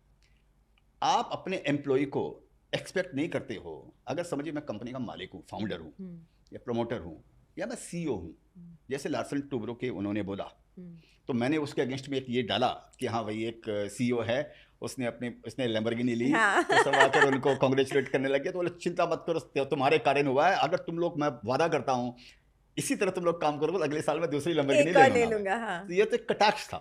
लेकिन मेरे को क्या लगा, मैं इस बारे में सोचता हूँ तो मेरे को ऐसे लगता है सोनिया जी, आप कौन हो, उस कंपनी के एम्प्लॉय हो या माने या एम्प्लॉयर हो, या आपका उसमें क्या रोल है। If you are in love, जैसे जो लार्सन टूब्रो के जो सीईओ ने जो बोला है, कंपनी उस पर निर्भर करती है, उस लीडर के ऊपर में। Correct. उसको तो 168 आवर्स काम करने का है, वो करते ही होंगे जो उन्होंने स्टेटमेंट दिया है। लेकिन एम्प्लॉय जो है ना, उसको माने उसकी एक लिमिटेशन होती है। उनको ग्रोथ अगर होगी तो एम्प्लॉय की ग्रोथ तो देखिए एक कैलकुलेटेड ग्रोथ होगी ना। सीईओ को तो स्टॉक ऑप्शन मिल जाएगा, ईसॉप मिल जाएगा, उसको पैसों के हिसाब से अगर आप काम देखेंगे तो कहीं बहुत ही कम होना बहुत कम होगा। बराबर बात है। आपकी इतनी ग्रोथ हुई, साथ में आपके जो डोमेस्टिक हेल्पर हैं जो घर में काम करते हैं, आपके ड्राइवर की उतनी रेशियो में ग्रोथ नहीं हुई होगी जो मेरी ग्रोथ हुई है। फॉर एग्जांपल उसकी सैलरी जो भी बढ़ेगी या मेरी जो बढ़ी, और मैं एक्सपेक्ट करूँ कि वो 90 घंटा काम करे, कैसे होगा भाई? क्यों करेगा वो 90 घंटा काम? उसका कोई पैरामीटर बनाओ, उसका रिवॉर्ड बनाओ उसको। तो इस बोल के इसके अंदर में फर्क है। आप अपना समझोगे तो आप 168 घंटा काम करोगे, लेकिन अपना समझने के लिए वैसी प्राप्ति भी भूखे भजन न होए गोपाला। हाँ। तो आपको ऐसा मिलना भी तो क्यों ना होगा। तो आपने बहुत ही हमें बढ़िया सीख दिया है कि ये जो फॉर्मल है, आपने जो क्रिएट किया ये structure for building a good corpus और becoming wealthy in the stock markets for young investors, so thank you for that. But जाते जाते just couple of more questions, right? आपने मुझे एक बात बताई थी कि आप आजकल चाइनीज़ ETFs में इन्वेस्ट कर रहे हो। That was very interesting for me, because India market तो हम लोग ने कैप्चर इतनी अच्छी तरीके से किया नहीं है, और आप अभी चाइना मार्केट में घुस गए हो।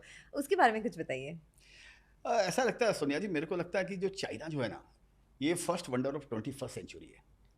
आप चाइना को एक बार घूम के आइए, छोड़िए आप इधर उधर अलमाटी और वियतनाम और इधर कुछ नहीं, आप अपने बच्चे को चाइना दिखाइए। मैं आपको, आप जाइए वहाँ पर 15-20 दिन के लिए, बड़े शहर में जाइए, शंघाई जाइए, बीजिंग जाइए, फिर छोटे शहर में जाइए। आप गए हो? हाँ, मैं 9 महीना चाइना रुका हूँ। चाइना रुका 9 महीना, और वहाँ से मेरे ज़िंदगी का सबसे एक विनिंग इन्वेस्टमेंट किया, खाली चाइना में बैठे बैठे। अच्छा। जो ऑब्जर्वेशन की जो मैं आपको बात कर रहा हूँ, बीच में बोलता हूँ, ऑब्जर्वेशन की बात कर रहा हूँ, 2014 की बात है, मैं चाइना में था 9 महीना, और वहाँ पर बैठे बैठे वो पोल्यूशन इतना, वहाँ पर इतना ज़ोर से पोल्यूशन था। मैं बीजिंग गया, वहाँ पे देखा पूरा आसमान पूरा काला पड़ा हुआ था, और सब पेपर में लोग बात आती थी कि एनवायरनमेंट की और ये पोल्यूशन की। वहाँ पर चाइना ने डिसीजन लिया वहाँ पे कि सारी इंडस्ट्री को बंद कर देगा, जो भी केमिकल इंडस्ट्रीज जो भी थी, डाइज एंड केमिकल इंडस्ट्री को, उनको वो बंद कर देगा। वहाँ पर ये मेरे को, और मैं सुदर्शन केमिकल को वॉच कर रहा था 10-15 साल से, वहाँ मेरे को ये आइडिया आया वहाँ पर। और मैं संयोग से, देखिए प्रकृति भी आपको बोलते हैं ना, आप किसी चीज़ को दिल से चाहो तो सारी कायनात उसको मिलाने में मदद करती है। मेरे को 2 अलग अलग कंपनी के केमिकल कंपनी में काम करने वाले आदमी मिले, उन दोनों ने एक ही बात मेरे को बोली, ये भी भगवान भेजता है। उन्होंने ये बात बोली कि बीजिंग केमिकल इंडस्ट्री फिनिश, तो India is going to take over. तो वो मेरे को समझ में आ गया वहाँ पर। तो मैं सुदर्शन केमिकल को फॉलो करता था। अच्छा। मैं वहाँ बैठे बैठे 3-4 टका ध्यान नहीं मेरे को, वो सुदर्शन केमिकल चाइना में बैठे बैठे फ़ोन पे मैंने लिया, जितना जो मिल रहा था, मतलब चल 40 रुपये के भाव में, आज उसका 1200 रुपये का भाव है। आप ये सही, तो मतलब ये जो मैं बोला बी ऑब्जर्वेंट, फॉर्मल का जो है बी ऑब्जर्वेंट ये। तो चाइना मेरे को लगता है कि ये 21वीं सदी का फर्स्ट है। आप चाइना जरूर जाइए, देखिए अपनी एनिमिटी छोड़ दीजिए। और एनिमिटी कोई एनिमिटी नहीं, आज हमारा पूरी दुनिया का ये, चाहे जितने भी प्रोग्राम है, चाहे सोलार के प्रोग्राम हो, लिथियम आयन के प्रोग्राम हो, ग्रीन हाइड्रोजन के प्रोग्राम हो, इनका सारा रॉ मटेरियल कैप्चर चाइना ने किया हुआ है। चाइना के बिना वो विकास ही दुनिया में संभव नहीं है। आप, चाइना एक अकेली ऐसी कंट्री है जो इस साल बोलता है 6 मिलियन गाड़ी एक्सपोर्ट करेगा, 60 लाख गाड़ियाँ एक्सपोर्ट करेगा। हम बनाते होंगे 50 लाख। हमारा चाइना के साथ कोई कंपैरिजन नहीं है इकोनॉमी ऑफ स्केल के अंदर में, ठीक है ना। हम हर दूसरी चीज़ों में, कल्चर में उनसे बहुत उत्तम हो सकते हैं, लेकिन बिजनेस का जहाँ तक बात आता है ना, वहाँ पर दुनिया के सारे जितने भी माइंस आप ले लीजिए, या जो भी फ्यूचरिस्टिक टेक्नोलॉजी है, वो सब चाइना के पास में। वो $18,000 के अंदर में आपको इलेक्ट्रिक गाड़ी बनाकर भेज देगा। यूरोप के अंदर में $40,000 के नीचे, डॉलर के नीचे गाड़ियाँ नहीं है इलेक्ट्रिक। अब यूरोप भी घबरा रहा, तभी वो ट्रम्प भी ये बात बोलता है कि मेरे को इलेक्ट्रिक में नहीं जाने का मेरे को, क्योंकि मालूम है इलेक्ट्रिक में अगर गए ईवी में तो चाइना पर डिपेंड होना पड़ेगा आपको।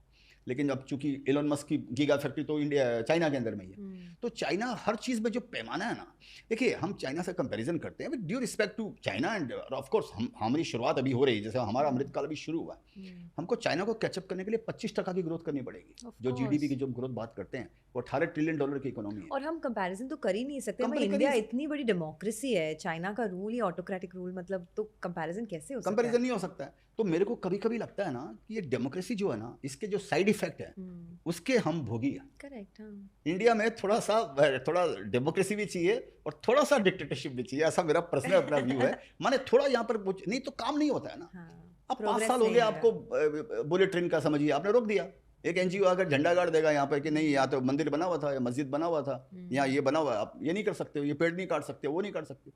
बट जब आप चाइना ETFs के बारे में, इन्वेस्टमेंट के बारे में बोलते हैं, तो is it because Chinese market जो अभी बहुत गिरी है, तो प्रॉपर्टी मार्केट क्रैश हुआ है उधर, तो वैल्यूएशंस के हिसाब से आप बोल रहे हैं कि चाइना ETFs? अब देखिए 2008 में हांगकांग का जो इंडेक्स है वो करीब 32,000 बिका था 2008 की तेजी 7-8 के अंदर में। आज भी समझिए 19,000 पे है। हम इंडिया में बात करते हैं 10% CAGR, हमारे निफ्टी कम 10% CAGR की बातें करते हैं और हम खुश हो जाते हैं, हम खुश रहते हैं। और वहां पर तो सोचिए आधे भाव पे टिका हुआ है, और 10% CAGR अगर जोड़ लें 8 से 24 के बीच में 16 साल का, तो वो सोचिए वो भाव होना चाहिए 1 लाख का। हांगकांग इंडेक्स की बात कर रहा हूँ एक एग्जाम्पल के लिए। तो आज वो 19,000 पे बिक रहा है, और वो इंडस्ट्री आज भी 5%, 6%, कल भी डेटा आया चाइना का GDP 6% ने कितना 5 या 6% ग्रो किया है। वो 5% ग्रो किया, मैंने 1 ट्रिलियन जोड़ रहा है भाई वो अपनी इकोनॉमी के अंदर में। अपने $18 ट्रिलियन की इकोनॉमी है, 1 ट्रिलियन फिर भी वो जोड़ रहा है। हम 6% भी अगर जोड़ लेंगे तो भी हम $250 बिलियन जोड़ने वाले हैं। तो पहले बात तो हमारा कंपैरिजन है नहीं, हमको उनसे समझना चाहिए कि हाँ भाई वो क्या वो लोग जो कर रहे हैं जो हमको करना चाहिए। तो मेरे को ये लग रहा है इस बोल कर मेरा मन था कि हाँ भी जैसे मैंने आपको बताया, मैं ट्राई ये रहती है कि मैं कोई भी चीज़ को सीड पे पकड़ूँ। मैं चर्च गेट की ट्रेन को चर्च गेट पे पकड़ना चाहता हूँ, मंदेरी में नहीं पकड़ना चाहता हूँ। तो मेरे को लग रहा है कि यार ये अगर मैं इन्फ्लेशन या समझिए वो अगर मैं जोड़ूँ तो 32,000 का आज मेरे को आधे भाव में मिल रहा है, और 16 साल कोई ग्रोथ दिया नहीं है। चाइनीज मार्केट आप बोल रहे हैं, चाइना ETFs, चाइनीज इंडेक्स की बात करें, इकोनॉमी ग्रो की है, इंडेक्स ग्रो नहीं किया, स्टॉक मार्केट ग्रो नहीं किया। तो मेरे को लगता है कि शायद ये ठीक है, आप रॉन्ग भी हो सकते हो, मालूम नहीं है। तो मैं तो इस वर्ल्ड का मैं थोड़ा ETF में इन्वेस्टमेंट किया है कि लेट्स सी। बट आप जब भी बोलते हो आपका फ्रेमवर्क में जो ऑब्जर्वेशन वगैरह है, तो अभी Chinese market as an investor I am saying, अगर मुझे इन्वेस्ट करना है चाइनीज़ ETFs में, अभी चाइना मार्केट में जो हो रहा है, मैं एक विजिट तो जाके कर सकती हूँ, बट रोज़ जो, बिकॉज चाइना से जो क्लोज्ड इकोनॉमी राइट, उसके बारे में ज़्यादा तो मीडिया में खबर आती नहीं है। ऑटो इंडस्ट्री में क्या हो रहा है वो 6 महीने बाद पता चलता है, प्रॉपर्टी मार्केट क्रैश हो गया है वगैरह वगैरह। तो as an investor how do you keep tabs on what is happening in the China market? इसीलिए ETF में इन्वेस्ट किया ना मैंने, डायरेक्ट इन्वेस्टमेंट नहीं किया। डायरेक्ट इन्वेस्टमेंट जैसे भी आप नहीं कर सकते हो, $2.5 लाख ही आप निकाल पाओगे पर पर्सन पर ईयर का जो हिसाब है, जो गवर्नमेंट का जो LRS या क्या बोलते हैं, तो लिबरलाइज जो रेमिटेंस स्कीम है उसके अंडर में आप करोगे LRS में। तो मैं तो इंडिया वो चाइनीज ETF NSE पे लिस्टेड है, NSE BSE पे। अच्छा, तो मैं तो ETF में किया, वो फंड मैनेजर समझे। अच्छा उनका प्रॉब्लम है उनका प्रॉब्लम, वो उसको अपना परफॉर्मेंस दिखाने का, बेचारा परफॉर्म करेगा, वो स्टडी कर रहा है। अब ऑफ कोर्स वो डायरेक्ट इन्वेस्टिंग में पैसा ज़्यादा आता है, लेकिन आप रॉन्ग भी हो, जो आप बोल रहे हैं वो बात बराबर है। वहाँ डेटा का ऑथेंटिसिटी नहीं है, उनको खुद को नहीं मालूम है कल कौन सा डेटा आने वाला है। वो सरकार का खुद का भरोसा नहीं है, कल किसी को अंदर कर देगी, किसी को जेल में डाल देगी। डिफेंस मिनिस्टर का नाम आया वो गायब हो गया, कैसे कैसे लोग बेचारा वो जैकमा अलीबाबा ना, अलीबाबा वो गायब ही हो गया, गायब हो गया बेचारा। फिर वो एग्रीकल्चर का भाषण दे रहा है कहीं जाके, वो बेचारा उसको कहाँ से कहाँ बना दिया उसको बेचारे को। $35 बिलियन का उसका कुछ इशू आने वाला था, उस कंपनी का दूसरे दिन रोक दिया। तो वहाँ पर ये सब चीज़ें बड़ा प्रॉब्लम है। वो इतनी डिक्टेटरशिप भी वो प्रॉब्लम है, वो नहीं चाहिए अपने को यहाँ पे, तो वो प्रॉब्लम है। लेकिन इसी बोल कर मैंने ETF में किया, और इंडिया में लिस्टेड है, जितने इच्छा आप ले सकते। तो आप ऐसे ऑल्टरनेट इन्वेस्टमेंट्स में आपका जो ध्यान है उसमें आपका क्रिप्टोज में क्या विचार है? बिकॉज बहुत मतलब अभी आप इंडिया से बाहर निकलोगे तो क्रिप्टो की ही बात होती है हर जगह, क्रिप्टो करेंसीज। क्रिप्टो हम ले नहीं सकते, लेकिन मेरे को लगता है क्रिप्टो का मरने का टाइम खत्म हो गया। क्रिप्टो का मरने का टाइम, जो लोग सोचते थे ना बकवास है, जीरो हो जाएगा, अच्छा वो खत्म हो गया। मेरे को ऐसे लगता है कि उसका वो टाइम खत्म हो चुका है। उसको मरना होता तो अभी तक मर जाता। अच्छा, जैसे बोलते हैं ना बिल्ली की 9 लाइफ्स होती है, क्या तो जैसा है ना, तो अभी तक सर्वाइव किया है, मतलब आगे जाके बढ़ेगा, ऐसा मेरे को लगता है कि ये अभी तक अगर सर्वाइव कर लिया, अगर यहाँ पर क्रिप्टो लिस्टेड होता तो मैं तो लेता। हाँ, तो वो अभी तक सर्वाइव किया, तो अब शायद वो खत्म नहीं होना चाहिए। तो लोग तो बड़ी बड़ी बातें करते हैं कि हाँ भाई वो 10 लाख हो जाएगा, डॉलर ये हो जाएगा वो हो जाएगा, वो अपने को आइडिया नहीं मेरे को, लेकिन मेरे को लगता है अब खत्म नहीं होना चाहिए। अब ट्रम्प भी आ गया, वो तो ओपनली बोल ही रहा है। हाँ। अब तो कई कंट्रियां ऐसी है जो अपनी करेंसी को क्रिप्टो के साथ में कुछ अलाइन कर रही है, कर रही है, वो कई कई खबरें आ रही है, तो चलना चाहिए। तो एक बार अगर इंडिया में लीगल हो गया तो आप ले लोगे? अब डिपेंड करता है, अभी तो तुरंत 4 गुना हो गया 1 साल के अंदर में, वही तो मैं ना। उसको वॉच करता हूँ हर रोज। हाँ, मैं भी। आप भी? बहुत फोमो टाइप फीलिंग होता है कि इतना बढ़ हाँ गया है, हम लोग ने मिस किया, लेकिन हाँ, लेकिन ठीक है, अभी उपाय नहीं है वो तो। हाँ। When in Rome do as Roman does, correct correct, ऐसा है। एब्सोल्युटली तो एब्सोल्युटली। इस बोल कर ये है, तो अब डिपेंड करता है अभी कब लिस्ट होगा नहीं होगा मालूम नहीं, कब यहाँ पर अलाउड होगा नहीं होगा। ठीक ओके, है, आपको दूसरी बात। लास्ट फ्यू क्वेश्चंस अभी, हम एंडिंग पे आ गए हैं और बहुत ही बढ़िया डिस्कशन था। Thank you so much Thank you. For so much learning and as an, I mean, मैं तो यहाँ पे इंटरव्यूअर के जैसे बैठी हूँ, but I am also a stock market investor and Yeah. मुझे कितनी लर्निंग आपसे मिली आज। Thank you so much for that. अगर आप, just last few question, Yeah. what is that one stock which has been a big failure for you, your biggest success in terms of stocks, and what has been the big lesson in that? मतलब एक stock जिसमें आपका बहुत पैसा घटा है, एक stock जिसमें बहुत पैसा बढ़ा है, और आपके सबसे बड़ा जो इसमें लर्निंग था। तो देखिए, बढ़ने के तो कुछ स्टॉक्स हैं, जैसे सेरा का, जैसे अपने लोगों ने बात किया, तेजस्वी सभी जैसे जो भी निकला, अतुल ने भी मेरे को पहले बहुत पैसा दिया, फिर मैं निकल गया था, अभी मैंने वापस एंट्री किया हूँ अभी लास्ट ईयर 2023 में, तो ये तो ठीक है। तो इनसे जो लेसन जो मैंने ये विनिंग जो रहे उनसे जो लेसन रहा वो यही रहा कि टिके रहो मार्केट के अंदर में, पिच पे टिके रहो, पिच छोड़कर मत जाओ। वही जो मैं आपको बोला, chase the story behind the stock, not money on the table, ये मेरे लिए वर्क किया इन सब कंपनियों के अंदर में। और जो अगर मैं 15-20 साल में देखूं, 15 साल के अगर इतिहास में पीछे जाऊं, तो रिग्रेट जो है ना, मेरे को सुनिए ज़्यादा रिग्रेट नहीं होता है। अच्छा। क्योंकि रिग्रेट, आई डोंट नो, इसकी डेफिनेशन भी बहुत विचित्र है। आप अपने मन में रिग्रेट मान लोगे, ये मेरे मैं बेच दिया रिग्रेट, तू भगवान थोड़ी है भैया, तू बेचेगा ना, तेरे को डर लग रहा था, तेरे सेंसेस तेरे काबू में नहीं थे, तू घबरा गया, नर्वस हो गया, तो बेच दिया, तो उसमें बेच दिया। जो डिसीजन आपने ले लिया ना, उसके प्रति फिर आपको रिग्रेट नहीं करना चाहिए। मैं अपने आप को, माइंड को ऐसा इंट्यून कर रहा हूँ कि जो डिसीजन मैंने लिया उस समय सोच समझ कर जो मैंने भावना से लिया है वो बेस्ट है। कभी उसका परिणाम उल्टा होगा, कभी इसका परिणाम सही हो जाएगा उसका। तो मेरे को रिग्रेट नहीं होता लाइफ के अंदर में। मैं आस्ते आस्ते अपने आप को ये कर रहा हूँ कि मेरे को कोई रिग्रेट नहीं है। रिग्रेट क्या होता है, जैसे सपोज अगर मैं, जैसे मैंने आपको बताया, मेरे कुछ शेयर्स है वो भी 4 साल के अंदर में परफॉर्म नहीं किए, तो आप बोल सकते हैं ये रिग्रेट है, लेकिन उन शेयरों के पीछे मैंने क्यों नहीं बेचा उनको, ये सिचुएशन बाद में वापस अगर मेरे पास क्रिएट होगी तब भी शायद मैं यही काम करूंगा। ओके। क्योंकि उनकी स्टोरी खत्म नहीं हुई है, क्योंकि इसी चलते हुए मेरे दूसरे शेयर्स मल्टीप्लाई हो गए, तो मैं मेरी थ्योरी चेंज नहीं करूंगा। मैं इसमें यह कर सकता हूं कि थोड़ा बहुत मैंने बेच दिया, ताकि अगर पूरा गिरता भी अगर समझिए है तो चलिए ठीक है, मेरा कम से कम मैं सेफ हूँ मैंने, और दूसरी स्टोरी में ढूंढ रहा हूँ, मेरा माइंड एजाइल है, मेरा माइंड काम कर रहा है। एक शेयर्स लेकर बैठ गया तो मेरे को फिर दूसरे ढूंढने का जरूरत ही नहीं है मेरे को।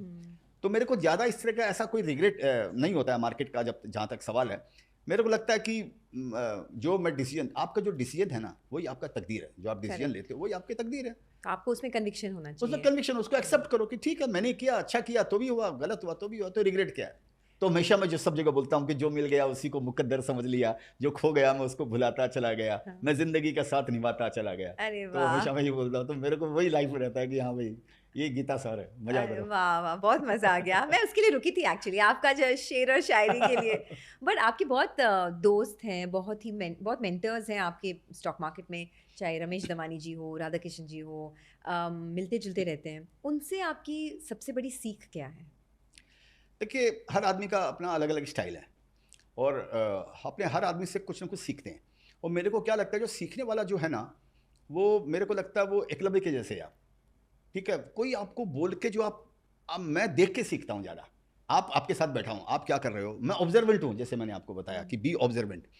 तो अभी इनमें एक चीज़ आपको कॉमन मिलेगी इनके अंदर में, जो भी आपने नाम लिया, ऑफकोर्स ये बहुत बड़े नाम है, तो मैं तो इनके नाम से खाली सीखता हूँ। मैं इनके साथ ज़्यादा बैठने का काम नहीं पड़ता है, बहुत कम पड़ता है, लेकिन इनके नाम से सीख जाता हूँ, या इनका कुछ आते रहता है इंटरव्यू, वो देखकर ही अपने सीखते हैं उनके अंदर। इनके पीछे एक ही चीज़ आपको मिलेगी कि जैसे इन्होंने जो भी शेयर्स लिया, स्टोरी को शुरू में पकड़ा इन्होंने, chase the story behind the stock. जब स्टोरी शुरू हो रही है तब इन्होंने स्टोरी को पकड़ा, उसके अंदर में बैठे रह गए।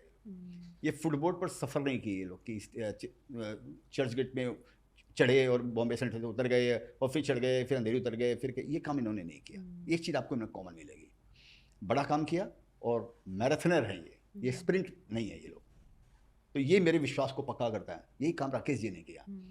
उन्होंने तो जो करेज का जो काम किया, आप इनमें सब में ये चीज़ आप पाएंगे, इनका करेज, इनके रिस्क टेकिंग कैपेसिटी, इनका माइंडसेट, इनको स्टोरी को, जैसे मेरा एक है कि वो बैम्बू ट्री की जैसे स्टोरी है कि वो आप बैम्बू ट्री का आप पेड़ लगाते हो, बीज बोते हो, 3-4 साल कुछ दिखाई कुछ भी नहीं होता है, और 5वें साल में वो 50 फीट लंबा हो जाता है।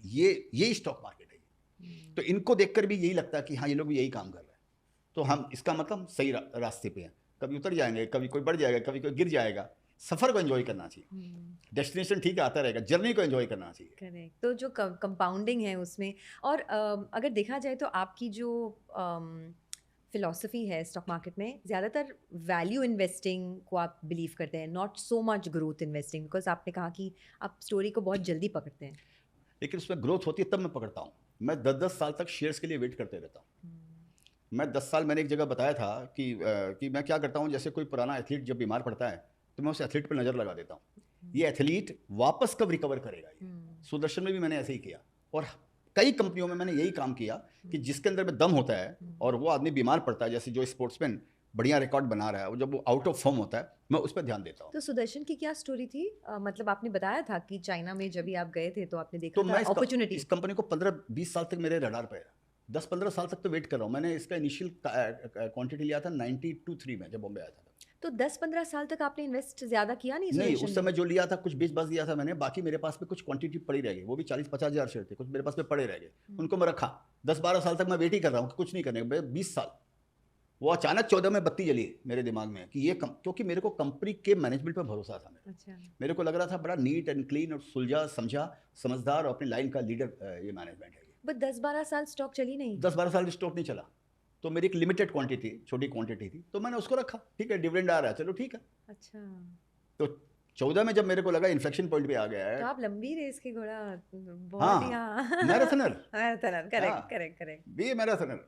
तो फिर क्या हुआ 10-12 साल के बाद? फिर वो परफॉर्मेंस स्टार्ट हुआ। जब आया वापस, इसका टाइम आया, जब इसका 2014 में जब अपने ज्ञान चक्षु खुले बीजिंग जाके, थैंक्स टू चाइना, जब लगा कि ये तो टर्न अराउंड हो रहा है, तो मतलब फिर अपने को पकड़ने का क्या है, अपने को दुनिया में जो इंडिया में सबसे बढ़िया कंपनी है, एथिकल सबसे अच्छी कंपनी है, उसी को पकड़ने का पिगमेंट्स के अंदर में। तो मैंने ये कंपनी, और तकदीर ये है कि शेयर्स मिल गए उस समय। करेक्ट। नहीं तो आप सोचो उस समय आपको इलिक्विड शेयर्स है मिड कैप में, आपको मिलते नहीं, तो वो शेयर्स मिल गए आप। तो मैं ऐसे वेट करते रहता हूँ कंपनियों के लिए कि टर्न अराउंड कब होएगी, ये टर्न अराउंड कब होएगी। मैं तेजस के लिए भी 3-4 साल वेट किया। ये 15-16 में कुछ लिया था मैंने, एक इनिशियल क्वांटिटी, वो घट गया। वो घटने के बाद में मैं उसको लेकर पड़ा रह गया, मतलब ठीक है छोड़ने दो। कोविड के 2019 में इसके ये सिग्नल मिलने लग गए थे, जियो वगैरह आ गया था। आप सिंपल एक समझिए ना कि इसको धंधा देने वाला कौन था। इसको धंधा देने वाला था जियो बाद 15-16 में शायद आया। जियो था, भारती एयरटेल और वोडाफोन। इन्होंने सब ने अपना एक्सपेंशन बंद कर दिए थे। गवर्नमेंट ने आरपू पे कंट्रोल कर दिया था। कंपनियां कुछ कमा नहीं रही थी, बहुत छोटे मोटे कमा रही थी। वोडाफोन तो ऐसे ही प्रॉब्लम में था। जियो आया, वहाँ से गेम चेंज हो गया, इसका विस्तार हो गया। गवर्नमेंट को भी समझ में आ गया कि अगर इन पर ज़्यादा कंट्रोल करेंगे आरपू पे, तो टेलीकॉम 3-2.5 कंपनियां बच गई। एक ज़माने में 16 कंपनियां थी। तो इन्होंने अपना एक्सपेंशन चालू किया। जब इन्होंने एक्सपेंशन चालू किया, एक्सपेंशन आप तभी करोगे जब आपको कमाई होगी, तभी आप एक्सपेंशन चालू करोगे, आगे आपको फ्यूचर। तो जियो वो द गेम चेंजर। तो इसके इंडिकेशन आने लग गए थे। कोविड के बाद के अंदर में ये ऐसा हुआ, 400 रुपये वाला शेयर 40 रुपये हो गया था तेजस। बट आप टिके रहे। हाँ, तो मेरे पास लिमिटेड क्वांटिटी थी, बहुत कम क्वांटिटी थी, जिससे मेरे को कोई फर्क नहीं पड़ता था। तो वो मैं लेकर बैठा रहा। तो 40 रुपये के भाव में तो कंपनी मिल रही थी कोई शायद 400 करोड़ रुपये में, कितना में कुछ कंपनी का मार्केट कैप कुछ ऐसा ही था, जहाँ मेरे को ध्यान आता है 400 करोड़ का था। हाँ, और कंपनी में कैश था 100-150 करोड़ रुपये का कंपनी के अंदर में। और इधर इनका एक्सपेंशन चालू हो गया था। और 2G से 3G 4G की बात होने लग गई थी। ये सब 2G के अंदर में है, अब ये 4G में करेंगे। जियो बोला मैं इन्वेस्ट करूँगा, ये बोला भारती बोला मैं इन्वेस्ट करूँगा, ये 4G के इक्विपमेंट बनाता है। तो मेरे को लगा इतना तो रिस्क हम लेने के, 400 का 40 में मिल रहा है, 450 करोड़ का मार्केट कैप है, 100-150 करोड़ का बैंक में पड़ा हुआ है, 100-150 करोड़ का BSNL से लेना, भारत नेट से इसको आने का है, फ्री में कंपनी मिल रही है। इतना पेटेंट है, इतना टेक्नोलॉजी है, दूसरा इंडिया में है नहीं। वावे को बंद करने का पूरी दुनिया में मुहिम चालू हो गया। पर आपको कभी लगा नहीं कि 400 से 40 रुपये आ गया, मतलब कुछ तो प्रॉब्लम होगा स्टॉक में? हाँ, तो प्रॉब्लम था क्योंकि ये टेलीकॉम कंपनियां परफॉर्म नहीं कर रही थी। तो इनको उसको ऑर्डर नहीं दे रही थी। लोग 2G में टिके हुए थे इंडिया के अंदर में। 2G चल रहा था, हेलो सुनाई दे रहा है, हेलो सुनाई दे रहा है, आज भी चल रहा है। आज भी बोलने के लिए 5G में भी वही चल रहा है, यही चल रहा है। आवाज आ रही है, आवाज आ रही है, आवाज कट गया, यही चल रहा है आज। तो हमारा कितना बढ़िया 5G, आप ये समझ लीजिए। ये सोचिए, वो तो अलग ही स्टोरी है। हाँ, तो ये मेरे को लगा कि अब 2G से 4G, इंडिया में 3G नहीं आया, तो लगा 2G से 4G आने की तैयारी हो रही है इंडिया के अंदर में, तो अब इसको काम मिलेगा। और वावे का दुनिया में चारों तरफ से लोगों ने चालू कर दिया था कि वावे के साथ, वावे के जो Huawei, हाँ। हाँ, कि उसके साथ काम नहीं कर रहे हैं, तो इंडिया से भी उसका बोरिया बिस्तर गोल हो गया था।